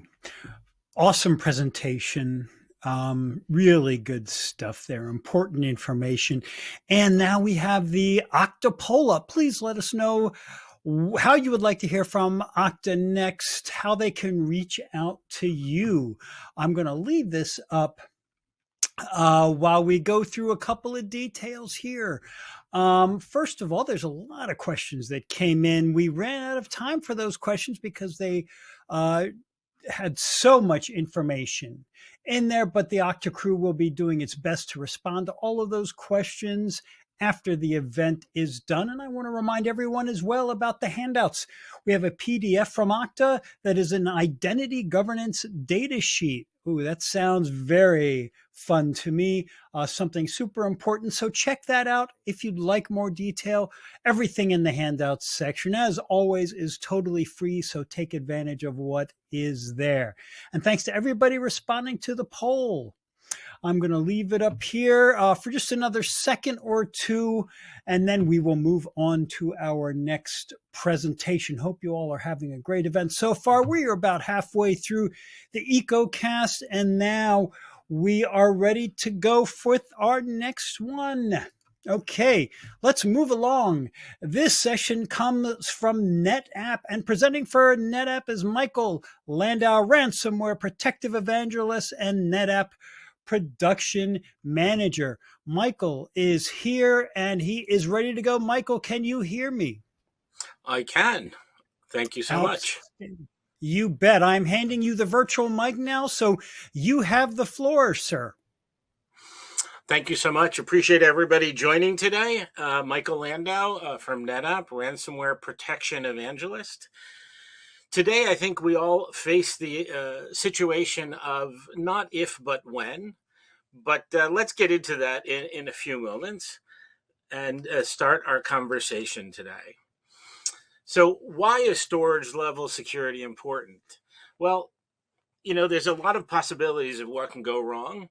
And so NetApp believes that using storage that is designed with security, both in the operating system and in the ecosystem, positions everybody for the best possible resilience in the event of bad actors, and for the ability to do the most important thing we all need to do, recover data if something is going on. So today we'll talk a little bit about the landscape, data-centric security, our alignment with best practices, what we're bringing to the table, and ideas to make sure that going forward, you have the ability to have your data available and recover when needed. So I think the key is none of us want to be on this slide. We don't want to be one of those famous headlines that we see all too often. And there is a plan to avoid that. But the understanding is that the risk we face today puts 65% of attacks at a 1 to 6 month time to recover, 85% of the attacks up to a week to 3 months to recover. And what's the message here? The message is it's not if, but when. And why do I say that? I was at a global financial conference with the top 200 tech providers they use a little while ago. And the 200 of us in the room heard the head of the FBI cybercrimes unit say, 100% of you will be the victims of a hack, a cyber event in the next 18 to 24 months. And 100% is what really taught us it's not if, but when. So the question to ask is, are we prepared? So the workloads that we have, our corporate crown jewels, our precious information, our data, are they prepared for when that happens? And ultimately, we understand not only do we have some great colleagues and peers on the EcoCast today, but that our landscape of users has perimeter, identity, network, and application security, much more. We have MFA, we have biometrics, we have so many different layers of security. But on the other hand, are the workloads prepared for when something happens? I think we all know at this point that a click on the wrong thing in an email, bad actor behind the firewall, or a flash drive plugged into an open port puts us in the position that the code's in and something can happen to the data. So what have we done to make sure that our workloads and our data is prepared? Well, the NIST framework is a great guide for the different things we need to do. And NetApp believes that the 6 steps, the 6 pillars of the NIST cybersecurity framework, the National Institute of Standards and Technology, is the frame for how our solutions need to work to make sure customers are safe. Their data is available and they can get back in business when something goes south. Now, of course, there are great security platforms out there. But when that event happens anyway, NetApp is here watching the data at the storage layer, making sure that we can take the 6 steps required. We have identify the workloads with a focus on the top application-based and critical file share-based workloads. Not only identifying the workloads, but identify the risky content in those workloads. Then easily be able to enable protection, and protection beyond just backup, where there are immutable, indelible snapshots, secure configuration, perhaps a cyber vault architecture, a different security domain, making sure that in just a couple of clicks, you can have your data protected that you identified.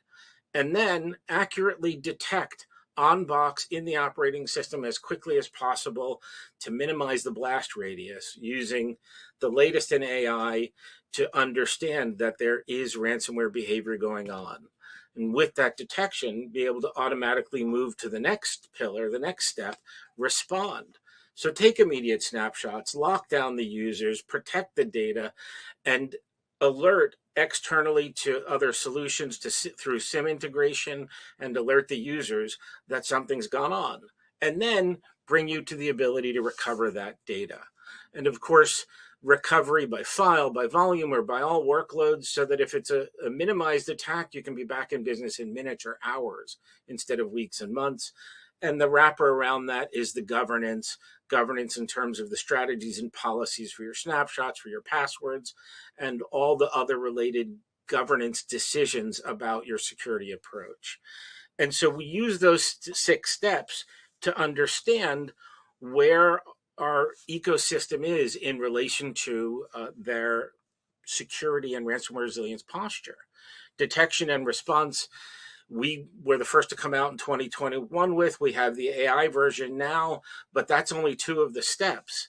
Great backup solutions are protection and recovery, also only 2 of the steps.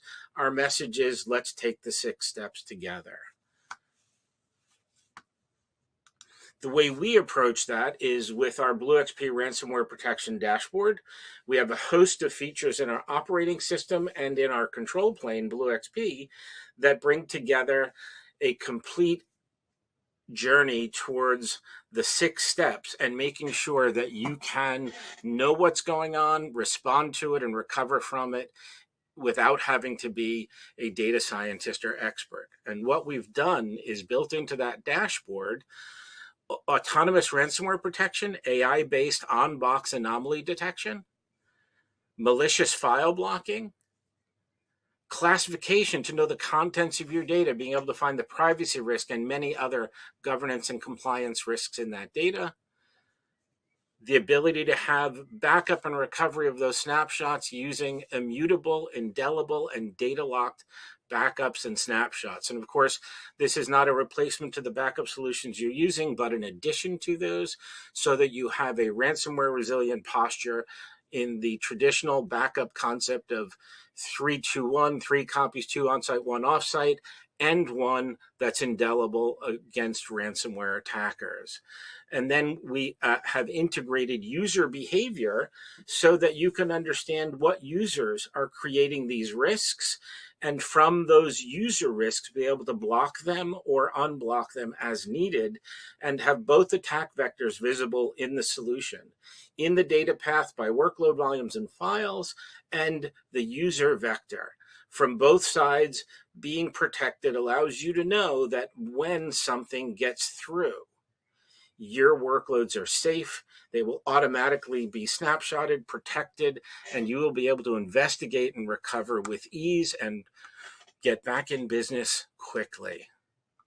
The one thing that's a nice brag to share is that SE Labs gave our autonomous ransomware protection solution, the AI version, 100% precision and 99% recall. We will accurately detect alerts and get to every attack 99% of the time. And that is the highest rating they've given out to date.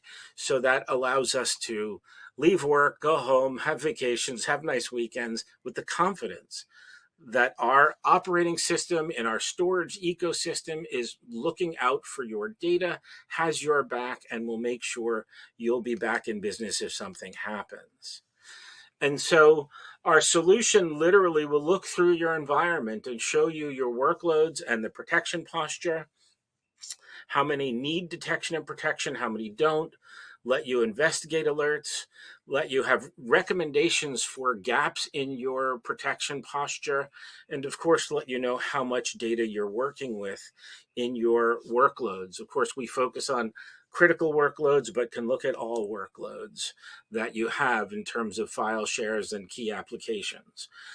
We will give you in one quick view the ability to group your workloads and to manage the detection and protection posture across those workloads. We'll give you insights as to the criticality of the data as we learn based on the configuration of your workloads, and let you identify the classification and privacy risk in those workloads, see detection, see protection, and edit that posture, all in one simple page with just a few clicks. Then you can drill down and see the specific types of privacy risks on workloads. So it's not a heavy lift to understand not only the workloads, but the possible data that bad actors are after, because of course they all want to get into privacy information, corporate secrets, lock those out. And so workloads with those types of personal or business identifiable information can then get the higher level of protection, more frequent snapshots, immutability and indelibility, and perhaps even clean up that data and move it somewhere more secure. While we're looking at alerts that the system generates, we get to see the suspicious users, block them, investigate all volumes impacted in attacks, and understand what was detected, the automated responses that the operating system takes to ensure you can recover, and again, have an easy way to get through that situation. Then we'll bring you into alerts and not have to make you be a data scientist to understand what happened. We'll show you in the alert not only the user and the breadcrumbs of the alert, but the impacted extensions, the impacted file list.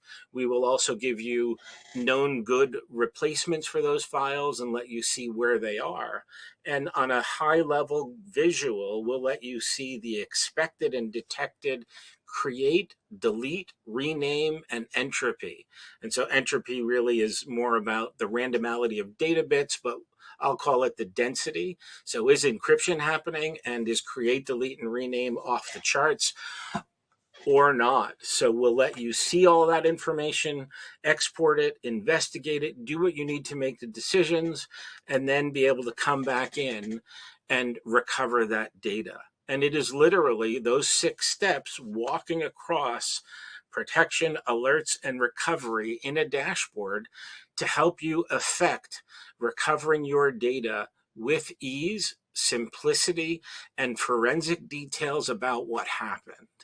Most important is being able to do this in minutes and hours instead of days and weeks, using efficient snapshots, using the ability to back up on-prem or in the cloud, and being able to walk through that journey. And then, of course, a reporting page to be able to let you take all the information out of the solution and show your good work on having detection and protection enabled, and then your ability to, on a granular basis, determine for recovery, was the blast impact minimum, since we were on box, detected it early, just restore the impacted files or volumes or all volumes in a VM or application consistent methodology.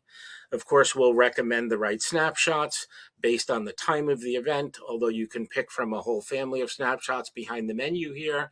And then we will give you the option to manually select, upload a list, or automatically select all the files that were impacted.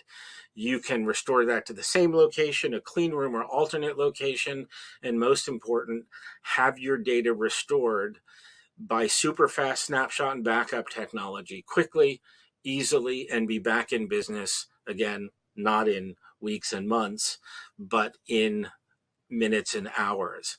I like to say if it takes weeks and months, that's not only a ransomware event, but it may be a resume refresh event. So having technology to stand behind that helps you have detection posture enabled, have protection easily assigned, enabling all those capabilities that we've discussed with classification, with user behavior analysis, immutability, indelibility, backups and snapshots, that you will be able to be back in business quickly. And it's important that these solutions work in all three clouds, again, on-prem or in the cloud. We support most critical applications and databases that we've seen out there. We have SIM integrations so that the alerts that come into our system are able to be federated out through things like Splunk, Security Hub, and Sentinel.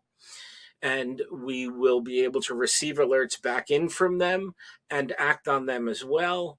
And we work on-prem, in the cloud, and we'll be adding more storage capabilities going forward.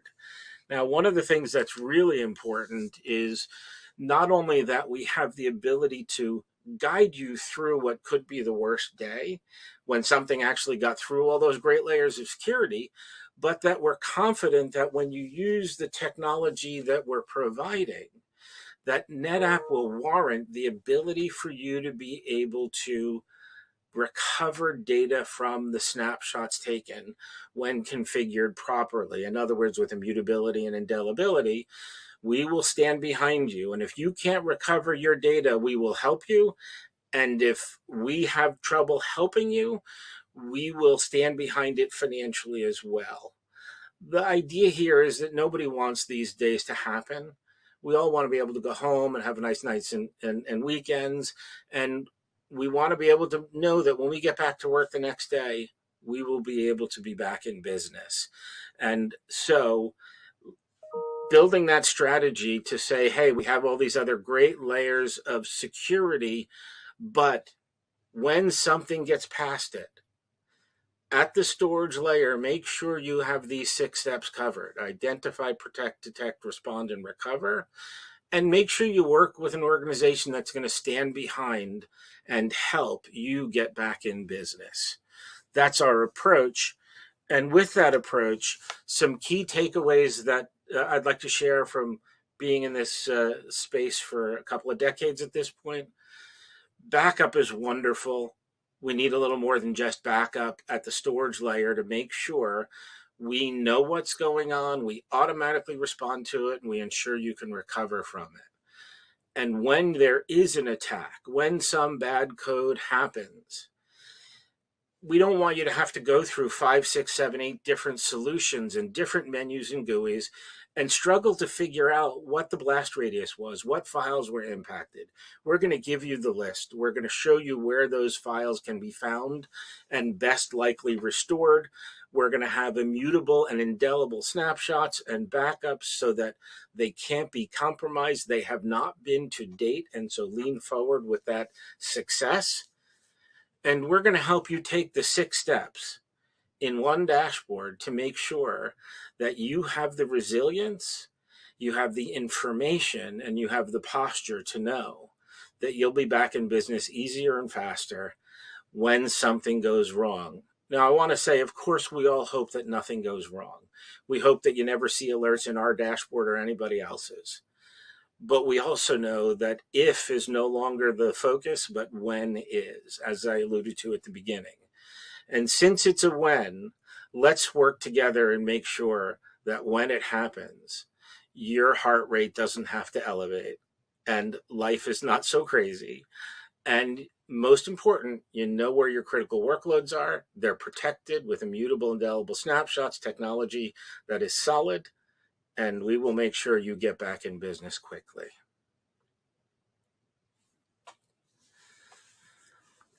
So maybe now it's a good time to move in to see if there's any Q&A or pass the torch back.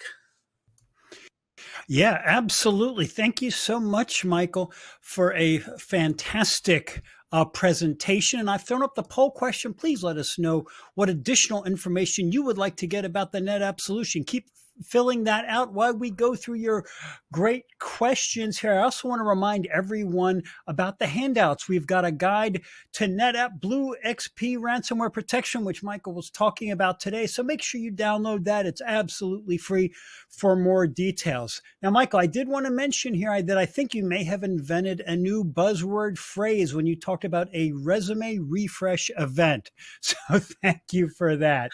That's an interesting way to put it, but you're right. And I think going into 2025, that's what we would all like to avoid. All right.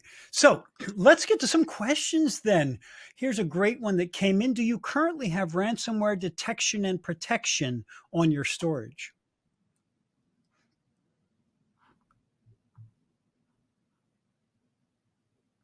Are you there, Michael? So our storage is built in with ransomware detection and protection. And that question is really a thought provocation for all of the attendees. Is your storage looking out for your data? Do you have detection and AI looking out for bad behavior on your data? And if you don't, reach out. Absolutely. Great answer. Okay, next up, what type of cyber detection and protection do you use at the storage layer where, of course, the data lives? I think that every cybersecurity approach extends beyond the NIST framework into many different things that I talked about earlier in the presentation. We believe that since bad actors are using AI to go after your workloads and to get into your systems, that AI is the type of detection you want in place, looking at anomalies on your storage layer. And real time in the data path, being able to spot changes in how that data exists, how it's read, and how it's written. Things like entropy, create, delete, and rename, things like rogue users doing anomalous behavior. And if not AI, at least something with machine learning, looking at a baseline of what the behavior is in your environment and allowing you to see when that behavior hits anomalous levels. It's most important to have all the other layers of security: perimeter, identity, network, access management, multi-factor, password changing even, and biometrics. But at the end of the day, are there a combination of behavioral analytics and storage data path observability in place in your ecosystem to ensure that if somebody hacks through all the other layers, which we know is unfortunately doable on a wide scale, that someone's looking after the data. Some technology is looking at the speed of AI, at the proximity of the operating system, making sure that your data is safe and secure. Thank you for that. And yeah, it's almost unimaginable that this could be done without AI/ML anymore. So glad to hear that. Got time for a couple of more questions, and I do want to remind everyone again that the poll question is still up. Keep voting on the kind of information you would like NetApp to reach out with. Okay, Jeremy wants to know, with the rise of edge computing and IoT, how is NetApp adapting its storage solutions to meet the demands of these distributed environments, especially for companies with high amounts of personally identifiable information? So that's a nice layered question. And we start with the ability to classify the data using our classification solution to help you identify where those personally identifiable files and risks are. And they may not be risk, they may be business assets, but knowing where they are, identifying those workloads, and then being able to manage those workloads based on the content, based on the risk, the resilience, also based on the usage. Are those workloads that are static or constantly changing? And we apply protection policies based on workloads. Now, we are less of an endpoint provider and more of a storage view provider. However, our SIM integration will allow us to share the results of alerts and events and user behavior in and out of our solution with those edge solutions and things like your typical heuristic virus and ransomware scanners. Our message is, though, at the storage layer, we have to watch the data bits for you so that your other tools can focus on the layers of security they provide. And we are either the first line of defense if you're looking from the data perspective, and the last line of defense if you're looking from outside the firewall. Great question. Thank you. Yeah, absolutely. Okay, and final question for you today. I still want to throw out one more reminder to please vote in the poll and download the handout available from NetApp. So before we let you go, if somebody wants to get started with NetApp today or find out more after this presentation, what do you recommend, Michael, they do as the very next steps? Well, the very next step is to reach out to us or to go to netapp.com and look at the BlueXP ransomware protection solution. If you have our BlueXP control plane, which is available to everyone off the web, particularly focused on NetApp users, you can kick off a free trial and experiment with this in your system at absolutely no cost. At the end of the day, we want to be there to help make sure you have the features enabled and solutions in place to be ransomware resilient and remove that gate of having to pay first and use it first. And with success, we'll work together. Fantastic. And I think we can all agree with the concept that free is good. It's a great way to get started. So please take Michael up on his offer. And thank you so much for joining us today and for updating us, Michael, on what NetApp is up to. There's always such great innovation coming out of the company. So thank you for joining us on the EcoCast today. Pleasure. Thank you. All right, everyone. So that was awesome. And we do have a $300 Amazon gift card to give out right now before we head over to our next presentation. And the winner of the latest Amazon gift card is Scott Dean from Missouri. So congratulations to you, Scott. Okay. Here we go. Up next, we are joined by Shelley Calhoun-Jones and Jonathan Mayer from Cohesity, who will dive into an essential topic for your 2025 data security strategy, the critical role of clean rooms in ransomware recovery. Get ready to explore why clean rooms should be a key part of your planning process.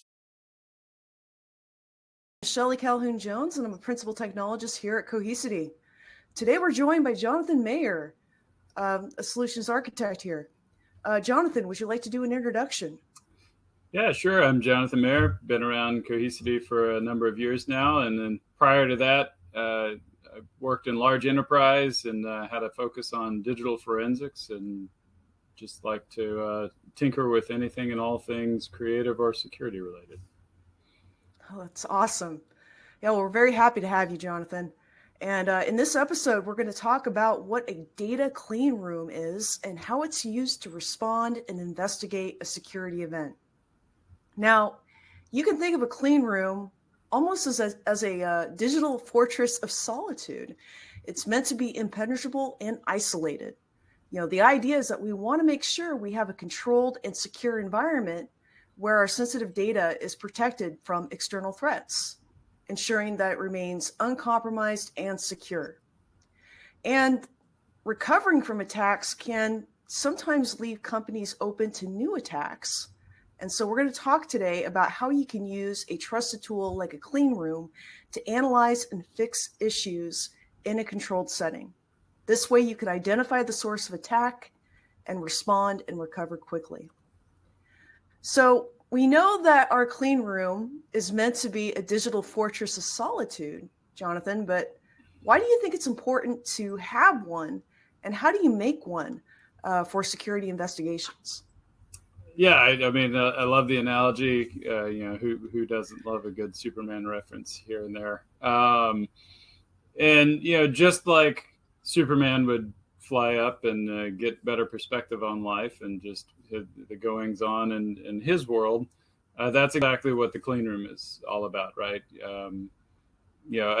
Like I said, I come from large enterprise, and I worked in companies where we had real clean rooms. So it is a place that you take something into it so that you can get a good look at what's going on without presenting any contaminants, right? So you're trying to get a really pristine view of what's going on so that you can find the problems. And so that's, from a digital perspective, what you're really focused on is using a clean room as a means to bring in suspicious workloads and systems and data so that you can get a good sense of where a threat may be, or where something that is of interest can be clearly identified, documented, because the real objective of it is to produce a report of what you find so that can then be either, in the case of a live incident response, that becomes part of the incident response, the incident report, and that helps for the mitigation efforts, and just standard operations, that becomes part of your threat intelligence library. No, that's great. And I would imagine you'd probably need to do this process a couple of times depending on the severity of the issue. You may need to restore iterative workloads. Exactly. I mean, put your magnifying glass on. Just like the workshop behind me, right? Like when you're going through things, you're gonna do a little bit, check it, see how it turned out, do it again, and you keep doing it until you get what you need. No, that's great. And just kind of on the topic of clean rooms, I know a lot of folks use the concept of a jump bag when working with the clean room. I'm guessing that you've worked with jump bags before. How do you manage the maintenance of these tools, since you may get new versions of the tools that come out? You may have different tools that you may want to apply to a particular situation. Carefully. You do it carefully.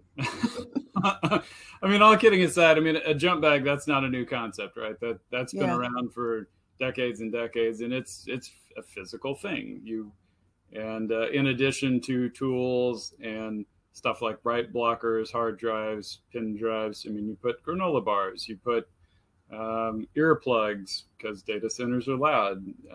If you're working in older data centers that haven't started increasing temperatures, you probably throw in a jacket, right? So, I mean, it's the stuff you need. The whole point is that you think ahead of time, you put the stuff there so that when you run out the door, there's less chance of you missing something that's important. Right. So similar vein from a digital standpoint, when we're building out one of these clean rooms for an incident response, taking a little foresight and looking at what's in the physical jump bag, and then putting together a digital jump bag, especially there's more and more ability, more and more ways to put digital assets into an immutable structure, and then even being able to then store those in an out of band location, so that if your enterprise is impacted, you still have access to all those things. But stuff like a copy of your incident response plan, contact lists, contact protocols, user manuals, ISOs, installer media, config files, even maybe certificates and things that are particularly important. So, all of those different assets can be stored in that digital jump bag. And the whole idea is that when things go bad, you have a quicker ability to access those assets in a variety of locations. So it speeds up your response and just makes you more effective. That's a really good point about making sure that you have the actual documentation for your processes and procedures. I know from a DR perspective, it can sometimes be challenging keeping that documentation up to date, but when something bad does happen, you want to make sure that you have the right contact info for folks and that you're treating it with the right level of severity. So really, really good points there. And it is a thing that takes additional effort. And on top of that, just like when you go download a package from the internet, you want a hash to validate that it's maintained its integrity. Same thing when you're maintaining the digital jump bag. You put assets in there, you hash them or otherwise validate that what's in there is what's supposed to be there. Like I said, I come from the forensics background, right? And so hashes, chain of custody, all of that, that's part of the overall process. So this is nothing new in terms of just using the same kind of protocols to maintain that digital jump bag. That's a really good point that you bring up on file integrity, because I know a lot of times when you're dealing with an active threat, you want to make sure you have a list of the files that could be impacting these systems. You want to make sure that you have the right file hashes. So not only do you have it for your documentation, but you can also go out to sites like VirusTotal and see whether or not that threat has actually been active out in the wild. So that's a really good point that you bring up there. Yeah, I mean, hashes, it can be used for good and bad, right? It's just a fingerprint. So whether it's me proving that I've got the thing that I meant to have, or whether it's me finding something that's nasty, they make the world go around, right? Right. It could be a false positive. Who knows? Well, that's great. So have you ran into a scenario just on your personal experience where having a clean room has really played a critical role in the investigation? I mean, absolutely. That's in a past life. It was we would run this. It was standard operating procedure, and we ran into these kind of situations on pretty much a weekly basis. And so we had a global environment, and we would very, very routinely get alerts that something was going on in a particular location. And so the very first thing we would do is start looking at things like network traces and whatever other telemetry we had to understand what's the scope and the impact, right? Depending on if people are calling in and saying something's going on, or if you're observing it through your monitoring tools or logs, whatever, you very quickly understand and identify kind of where you need to essentially drop the gates. And at that point, we would, if it was bad enough, I mean, we certainly had a number of situations where we would have to isolate an entire office location. Oh, man. Tell everybody to just take a break. And, I mean, you kill the network. And yeah. At that point, it's feet on the street and a lot of coordination. And it allows you to understand very quickly, okay, we're blocking everything off so that we've contained the threat. And then from there, we send somebody in to say, okay, based on our intelligence, these are the systems that are interesting to us and where the attack seems to be originating from. Mm-hmm. And so then, capture, in some cases, we would actually need to gather a forensic copy off of that. Yeah. So that's there again. There's that jump bag, and maybe we had to power the system down and put a write blocker on it and pull the disk image, or maybe we needed to grab a memory snapshot first. But depending on the situation, we would gather everything we needed, take that back for analysis, understand exactly what we were dealing with, and then document what are the steps that we need to take to address any systems that have been impacted by this thing. And then we would push that back out to the operations teams, and then they would go take care of it, make sure that it was documented, that everything was taken care of and remediated accurately. And then from that point, we could start bringing things back online. Wow. And that's really interesting. I used to work for a very popular security vendor, so I was kind of on the other side of the fence, working with folks like you to sometimes triage potential infected files to like our security response team. So it's interesting to get your perspective. Just with my own personal experience with it, you're absolutely right. There's a lot of red tape that sometimes you have to go through, especially if you're working with mission critical systems that you have to triage. You want to make sure that you have something available, something online, so you can keep your business going. But at the same time, you want to make sure that the environment itself is secure. So really interesting getting your perspective there. Yeah, and every situation's a little different. Fortunately, in our case, we never had a situation where the entire environment got taken down.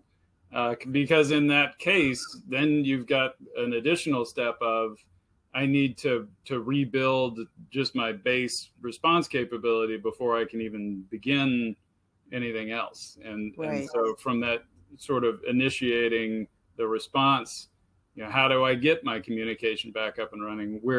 How do I get my basic, dial tone services like authentication, name services, time, those kinds of things, even just my core security tooling. How do I get that back online? So, we certainly planned for the worst case scenario always.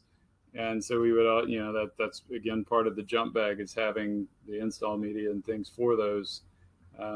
Like I said, anymore, there are newer things available to make reinstantiating those key systems simpler and faster, and helps with the overall response timeline. So for folks that are new to the security realm or just want to learn more about clean rooms, what type of knowledge should personnel working with a clean room possess? Like, do you have any recommended like training resources or maybe newsletters that you like to subscribe to? I know I like the TLDR security newsletter. Depending on where you are in your overall experience and career and knowledge and stuff, there are lots of great platforms out there these days, just to get a basic understanding of things. CISA, they're really big on just education and enablement of the general population. There are sites like Try Hack Me that have a really broad range of different facets of security that you can dig into. Back in the day, there's Smash the Stack, and there are other kind of war games type environments. SANS, if you've got the budget, like those top training SANS, yes, they're fantastic. In the early days, I participated in a number of the net wars, kind of when they were first kicking that whole thing off. So, kind of a capture the flag scenario. It was pretty fun.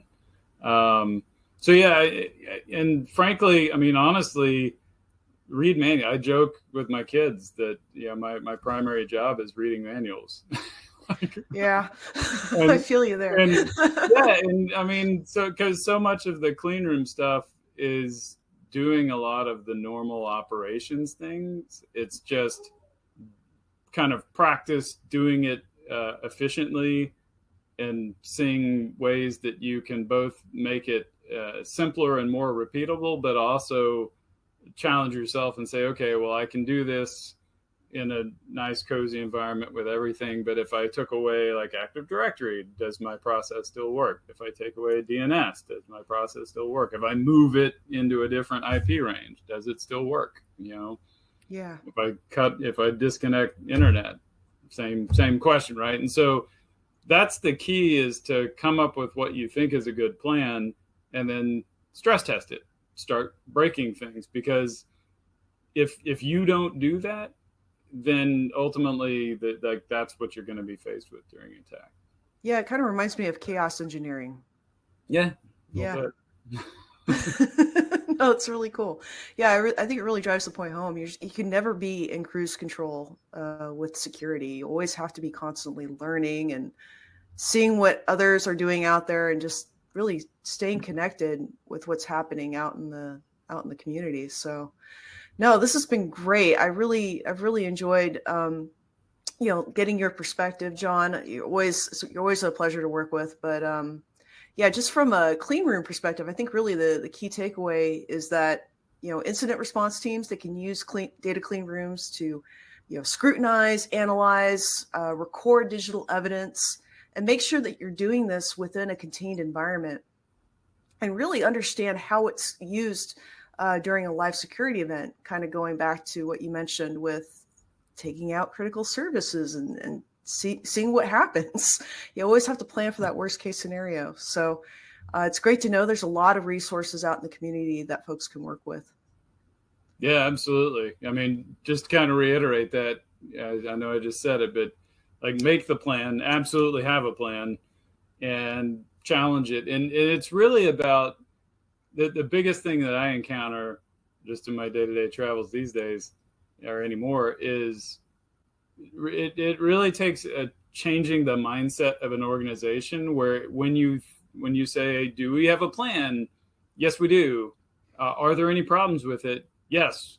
We keep finding problems and we keep fixing the problems, and that's okay. Like, you want to have that mentality, right? Because if you're finding them, the adversaries are not, because hopefully if you find them and fix them, then your adversaries are not, and it helps you improve and get better, right?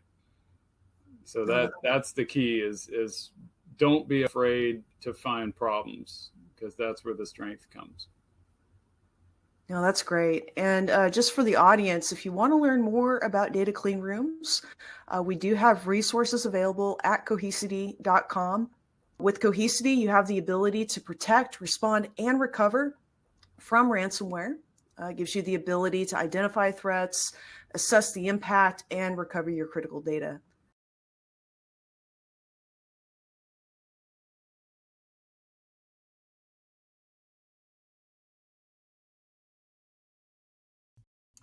Okay. Thank you so much for that incredible presentation, Shelley and Jonathan. I learned a ton from that. The whole clean room concept is fantastic. While we see what questions we have got, because we're going to go into Q&A now, I'm going to put up the poll question. Let us know what additional information you would like from Cohesity. Please vote in this poll while we're going through your Q&A. And remember that we've got a PDF from Cohesity with the intriguing name of Building Cyber Resilience in a World of Destructive Cyber Attacks. And they certainly can be destructive. So make sure you check that out and download it while we are going through the Q&A. And right now, I am going to bring Jonathan and Shelley into the house, and they are ready to go. So can you both hear me, Jonathan and Shelley? You ready to go? Yes. Yeah. Well, thanks for having us. Yeah. We're getting some great questions coming in. And the first one I want to hit you with today is from Nick, and he wants to know, would a clean room be air gapped? Yes. That's the short answer. Yeah, absolutely. Because if you think about what we're talking about, and this is where we so much of this is solution based, but there's a tremendous amount of process involved, and that's where a lot of the conversations I have with customers come into play, because I'm also part of our incident response team. And so just being able to sit down and kind of walk through, here's the good and the bad of what we've seen and dealt with. And when you think about what's happening in the clean room, that is you've gotten to a point where you've regained some control of the environment. You have trust in at least your core security tooling, and you're able to start to kind of unpeel what happened to be able to put a strong mitigation plan together. And so that needs to be done. In some cases, there may be large portions of the environment that are still compromised or still not under control, or in an unknown condition, right? And so being able to have that investigative space where it has its integrity, just from a trusting the results that you get from it, that's important. But again, like we mentioned a minute ago, me being from a forensic background, I've got to be able to prove, in certain cases, I need to be able to actually have, verifiable evidence that says this is the copy I've got, nothing tampered with it, and here's what's admissible in court, right? So, and if you think about it, as you start getting into that mitigations phase, there's a lot of duplicate systems that, as operations is bringing up the systems that you're trying to get back into production, those might also still be under investigation by the security team, and so, or by the incident response team, and to have them both up in the same environment, you can start running into issues where they are overlapping and conflicting, and you can run into problems. So it definitely makes sense to have it in its own location and area. Absolutely. For sure. I bet being on incident response team is probably worth a webinar all on its own too. I would love to hear some more stories about that, Jonathan. I bet you've got some good ones. All right, but next question though. So Cohesity announced a really big acquisition this week, acquiring Veritas. How is that going to impact your customers is the question. You want to take that one, Shelley, or you want me to? Sure. Yeah, I can grab it. No, Cool. yeah. So that's right. So Cohesity has combined as one company. We now have over 12,000 customers worldwide. We're protecting large amounts of data, and we actually have given ourselves the capabilities to keep our customers' data safe, keep it resilient against cyber attacks, and also incorporate insights into that data using AI capabilities. So we're stronger together. That was really the idea. We're going to still be working with both sides of the house as we continue to move into 2025. But it's a real exciting time for us. Okay. Did you want to add anything to that, Jonathan, or are you good? No, I mean, it's like Shelley said, better together, and really just even day 3 here, two, whatever. Yeah, about 2.5 days. Yeah, I mean, the teammates that we've met, fantastic. I mean, tremendous skills and experience and capabilities from the Veritas side. So, I mean, it really is an extraordinarily exciting time. And then from a customer perspective, so many additional capabilities that just opened up. So really, really great. Yep. Absolutely. Veritas is a great company, and it's that merger still has the new car smell is what it's sounding like. So there's going to be a lot more to come and some great integration, I am sure. Okay, we have time for a couple more questions here, and a lot of folks are really intrigued by this concept of a clean room. So can either or both of you give us an idea of the components of a clean room? Sure. Yeah. And this kind of touches a little bit, the earlier question about should it be air gapped. And it's funny because as I kind of think through this, I'm going to adjust my answer just slightly.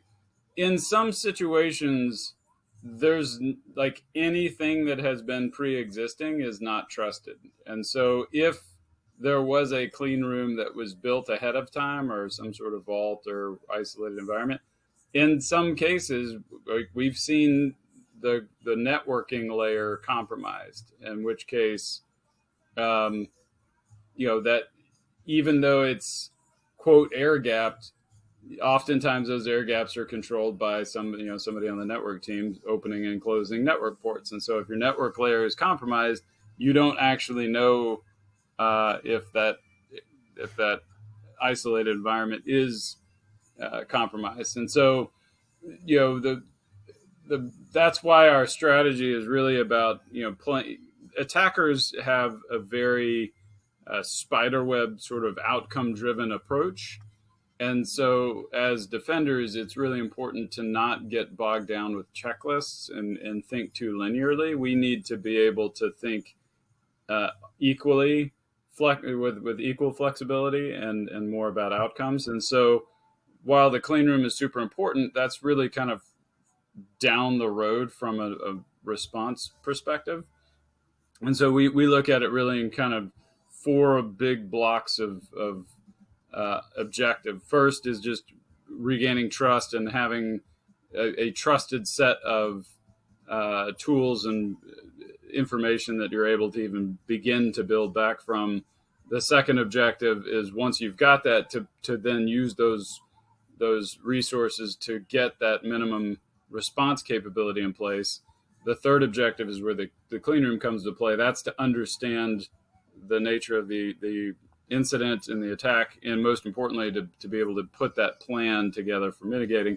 And the final objective is to mitigate the threats and regain complete control of the environment, return services, right? And so those last 2 pieces, the investigation and the mitigation, they're very cyclical, and you'll see it in the NIST frameworks. It's not like you just move through it. Even that is a bit of a cycle. So the things that are in the clean room, it's going to vary from customer to customer, from environment to environment, but it's all of the things that you need to be able to enable the incident response team that you've got on retainer, your own team, and to be able to get the appropriate intelligence quickly and to get that information out the door. All right. A fantastic explanation. Well, folks, we are about out of time now. This has been a fascinating conversation and discussion. And it was a true delight to have you on today, Jonathan and Shelley. And thank you so much for updating us on what Cohesity is doing. We always love hearing from Cohesity on our events. Thank you so much for being here today. Thank you for having us. Always a pleasure. Oh, thank you. All right. And there go Shelley and Jonathan. So much good information from them. And I love seeing the feedback and the interest in these clean rooms. A really cool idea that I think is going to have some more uptake in the industry. And with that, folks, we are now going to move on to our final presentation in the EcoCast. You made it all the way through. We are up here on number 6, and this session comes from Rubrik. Presenting for Rubrik is Joshua Stenhouse, Field CTO for Cyber Resilience. Joshua, it is great to have you here today. You are last, but certainly not least, never least. So I am going to hand you the mic now. You have got the floor, sir. Take it away. All right, let's take it away. So, as a quick intro, Joshua Stenhouse, I'm the Field CTO for Cyber Resilience at Rubrik, and today I've been a part of over 100 ransomware attacks and the subsequent recovery, and Rubrik has a 100% success rate. So I'm going to talk about how that's possible, but also the lessons learned from that and the common traps that I see people fall down in, where you're going to lose the most time. So it's going to give you a good idea of everything you're going to need to know, because one thing I can definitely be sure of is that the learning curve is off the charts.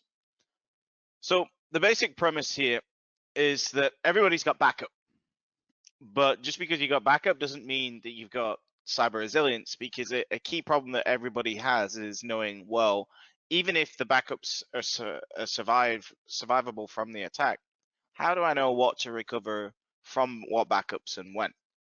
And that is usually the biggest difference between being able to recover in a matter of hours, maximum a few days, or weeks to months, which you see quite commonly. So that before we start talking about backups, it's important to level set on, well, what is the key problem that we're designing for here? Well, everybody has this question of, can I recover? And everybody has multiple layers of defense. Now, it would be pure folly to think, well, I've got multiple layers of defense and they didn't, because everybody has these layers. And yet attackers are still able to get in. And if they get in, then we know, well, as soon as they bypass all those layers of defense, then they've got access to the applications and data. And the best case scenario is that they just exfiltrate data. But usually they're going to exfiltrate and then they're going to encrypt. And you might say, well, I don't have any routes in, I'm good. Well, if you look at the most common routes in, the first one's pretty easy, and you see this all the time, is VPNs.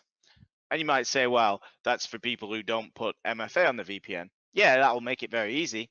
But even if you have MFA, as an attacker, they're increasingly hijacking that session. They're going for the end user at home, and then all the MFA hasn't stopped them getting on that network because the user let them in as they logged in. We also see RDP, pretty common. So any open RDP should be shut down. That's a pretty easy one. But then the other route is anything that you have in terms of VDI. So all the major VDI vendors, again, token hijacking, social engineering. If you have VDI open, then they're going to get in. And then the last one is critical infrastructure or exchange being presented on premises to the cloud. And I'll put critical infrastructure. Like people will take backup servers or vCenters or put those on the cloud. And then between one of those, if you got any of them, then you got a potential route in. And so what's next fair to say is then, okay, I have to assume breach. So if the attacker does get on this network, what are they going to do? The first thing is they're going to establish persistence. Now, one thing on persistence, they usually only use a handful of servers. So in my experience, it's around 3 to 5 servers for persistence, and they're typically non-prod IT infrastructure related, where nobody is looking at them that closely. Establish persistence. What they don't do is immediately load any malware, because that is the end of the kill chain. That's what you're looking for. They're just lightly establishing persistence, doing reconnaissance, traversing the network. And next is they're going to exfiltrate anything accessible as part of a double extortion. Pretty common in every attack. Say, I have your data and I'm going to release it unless you pay anyway. Then they're going to come for your backups and snapshots. And this is a fundamental shift in the approach to backup and data protection, because these technologies weren't traditionally designed with this attack in mind. And then finally, they encrypt the data and leave a ransom. So there's a tendency when assuming breach to say, well, all I got to do is protect my backup data. And certainly that is the first most important thing you need to do. And this is where terms like immutability, air gapping, everything comes into play. Now, yes, you need an air gap. Yes, you need immutability. Yes, you need a retention lock to make sure it can't be prematurely expired. And if you don't already have these, you need them yesterday. You have to presume that those backups are not going to be there. But what we can tell you at Rubrik is that we've had these controls at number one since day one, now 7 years, 100 plus attacks. And what we can tell you is that your downtime and your impact is still going to be measured in weeks and millions if that's all you have. Because the next problem statement is, well, my endpoint protection has failed. It's either been bypassed or they've encrypted from a location that didn't have endpoint protection in the first place. This is the next interesting fact for you. 60% of attacks in the last 6 months, the attacker is now encrypting from the hypervisor. Why? Because it's fast and you have no EDR running there typically, especially if it's ESXi. I can encrypt at will. The third problem, data is exfiltrated. How do I know what sensitive data is at risk? You might say, well, this is why I invest in some DLP tooling. Yes, you should have DLP tooling. Fantastic at stopping an employee leaving with a spreadsheet, but it has no power over an attacker on a network, not even network scanning. because they have a persistent encrypted backdoor they can siphon at will. So number 3 is an interesting problem because then you have to presume, well, everything on the network was potentially stolen. So what was on the network? It's too late to ask after the fact. Data's already encrypted. So that has a serious implication on the time it takes you to then understand what sensitive data was at risk and then any associated reporting requirements of those breaches. 4th problem, how do you identify a clean recovery point and not reintroduce the attacker? If you think about, hey, I've got backups, but now I need to find out which ones the attacker's in, what is that process going to be? How long is it going to take me to figure that out before I can even consider the prospect of recovering to production? This is where you're usually going to lose the days and the millions, if not sometimes weeks. And then 5, once you made that decision, how do you automate it and test it? And prove that you can do this in advance, that you have the ability to recover from a cyber attack. So that's the final challenge everyone has, is how do I prove that I can recover? And not just a data recovery, anyone can recover data. An actual cyber recovery where we assume breach, and now we have to find out what is or isn't compromised and what is a clean recovery point. It's always not bad. There's a reason why I'm talking about this. And it's of course because there is a way to become cyber resilient. And the first thing is you've got to approach your data protection with zero trust principles. And I know zero trust is an often overused term, but if I was going to pick 2 areas in any environment where you apply zero trust principles, 1, be perimeter, and 2, it would be your backup platform.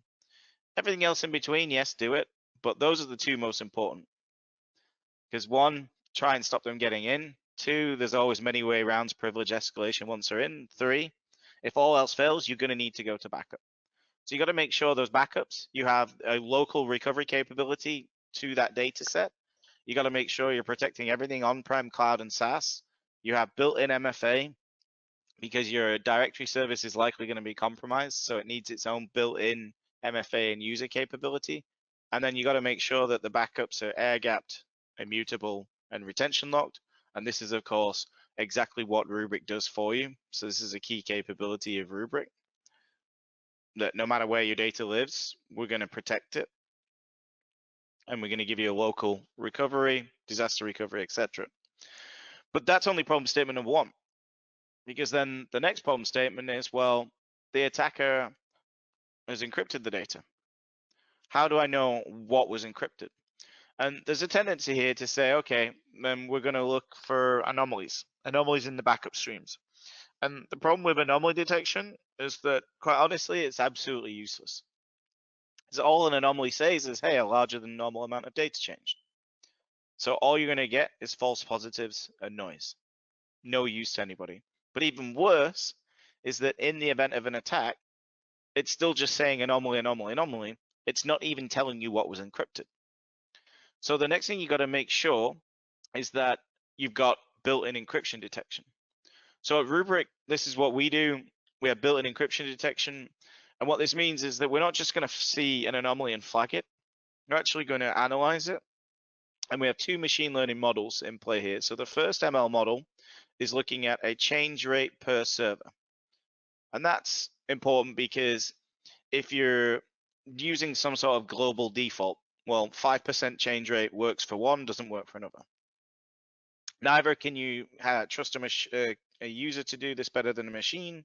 So the first model per workload, second backup onwards, looking at the change rate.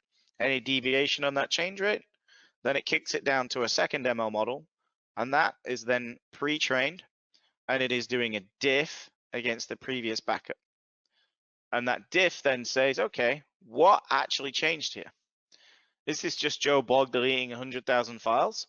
Or I'm actually seeing a full or partial randomized encryption attack? Now it does it. Any new file or any file modified, it scans inside it, looks at its entropy and randomization, and it'll say, hey, I just detected an attack. These are the 1,000 servers, could be physical, VMs, shares. And by the way, these are the 100,000 files that I just saw encrypted. So this immediately then gives you a baseline of, okay, this is the minimum that we're going to have to recover. And also, this is the minimum that we have to presume is likely exfiltrated, because if an attacker could encrypt a file, they most definitely had the ability to access it. So this, in combination with everything on that network, you now have to presume is exfiltrated. So then the next question you need to be able to answer is, well, what sensitive data was in the backups? Because whatever's in the backups is an accurate reflection of on the network. And the reason I say you have to do it in the backups is, well, you can't scan production at this point. It's encrypted. Your backup is immutable, hopefully, so that's the only thing that is available.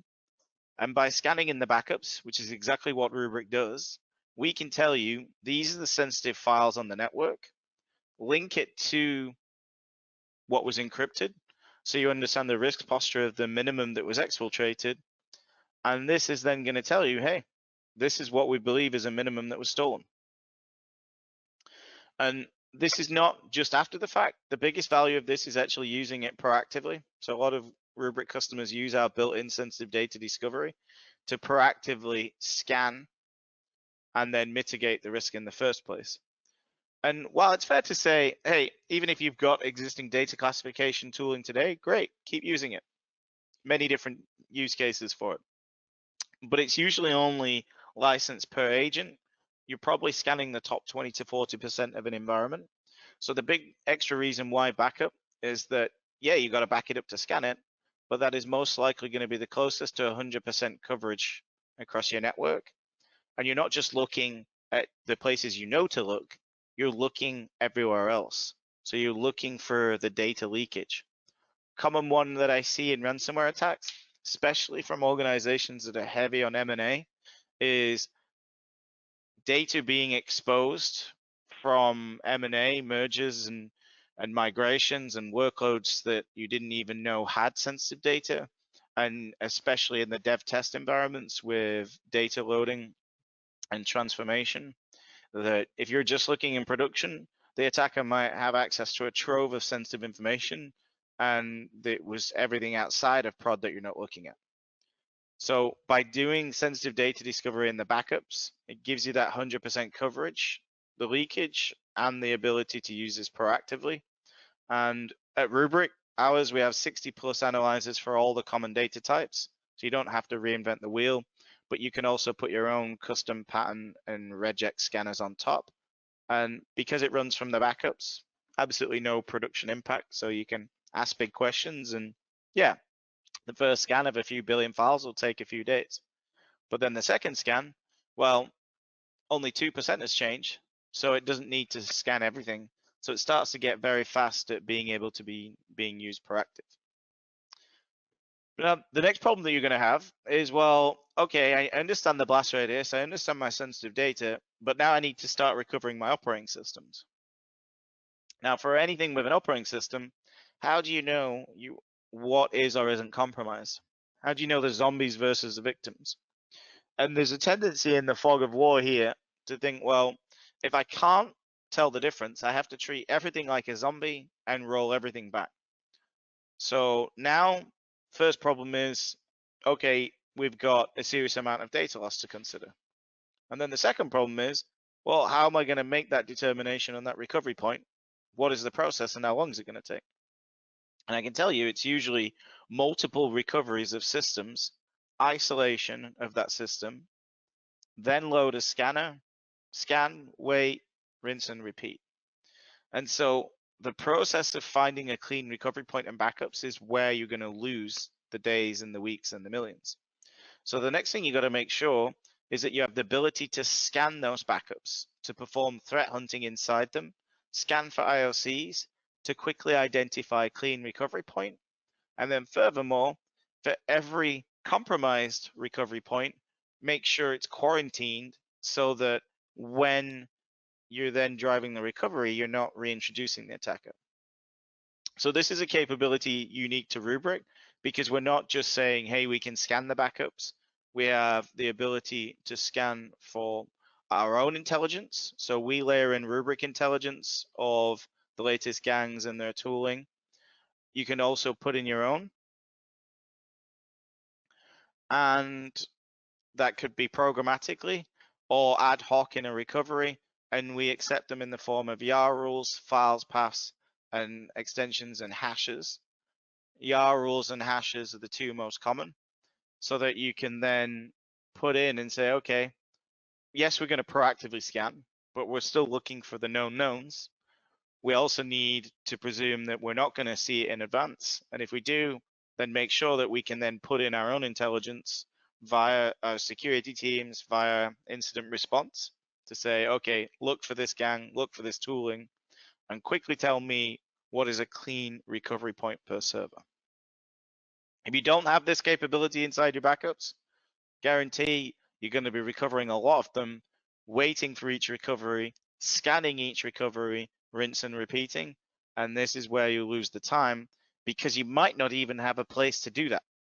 If you think about achieving an isolated copy of your entire production environment, how big is that compute going to be? Is the compute and the infrastructure and the services associated even going to be available to bring it online? If not, then you've got to factor in building all of that into your recovery time before you can even then bring on workloads to do a scan. So number 4 is your biggest shortcut in all of this, because you're not having to build an isolated environment just to scan and ensure you're not reinfecting.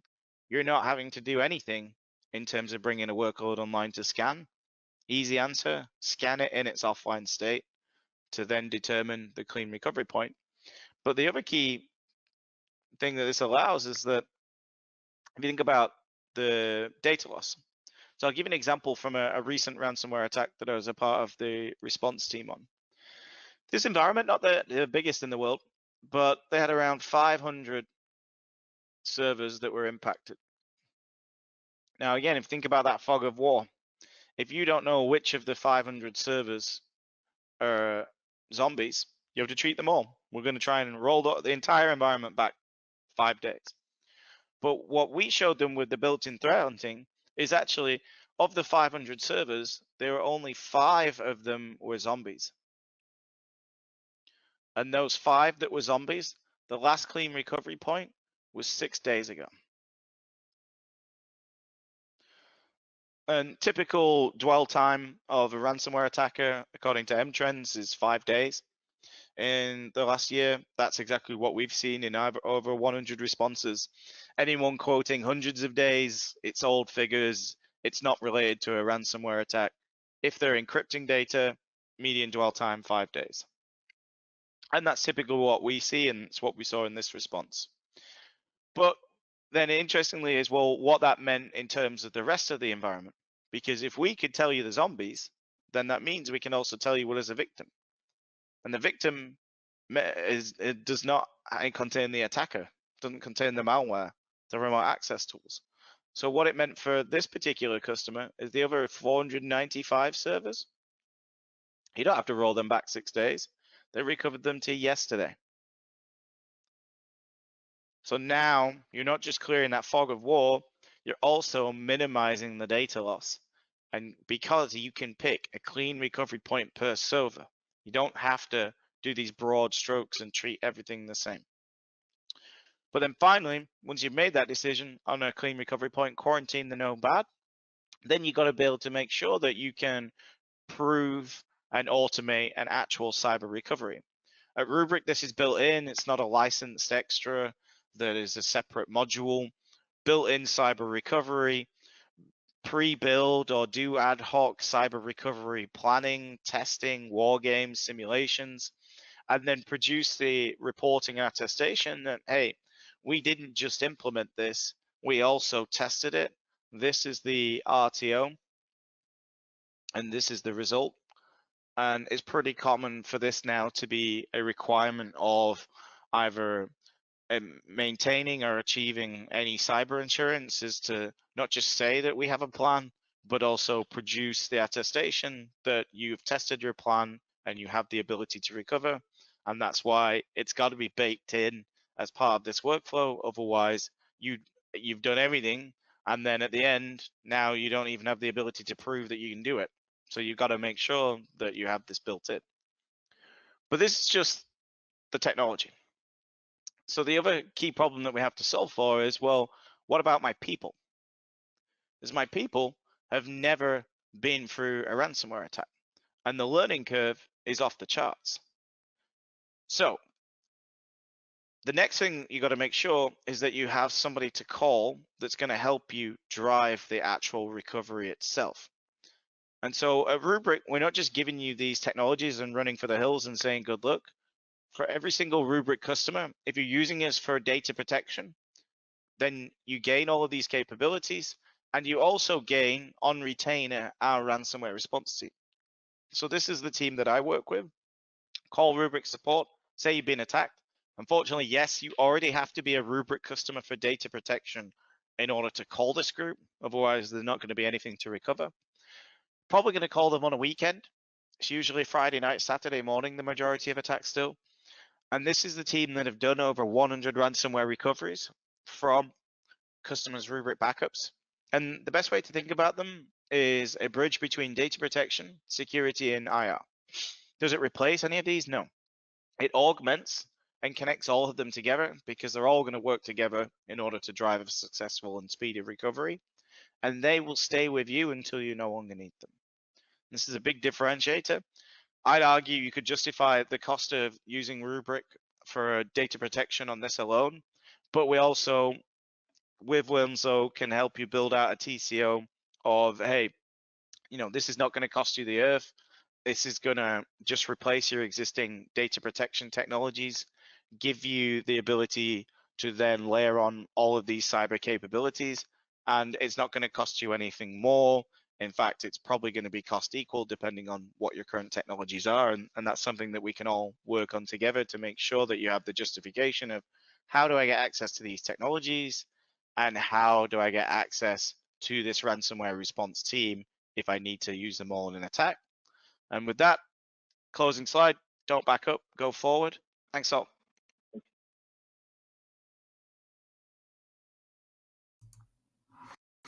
Okay, thank you, Joshua. Wow, love that presentation.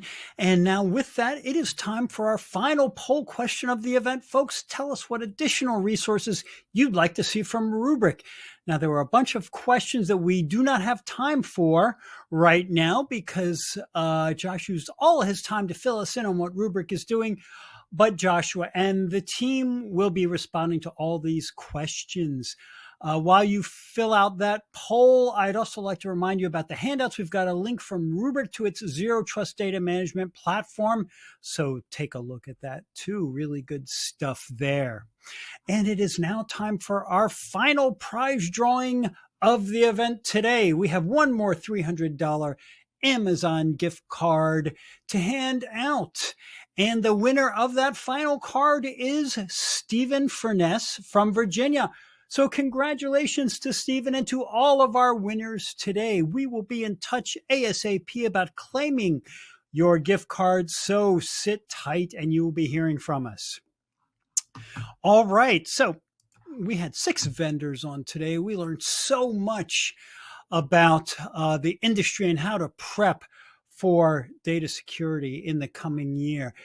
If you like this event, you may be thinking that this could work for your company, for your product, for your solution. If that is the case, please let us hear from you.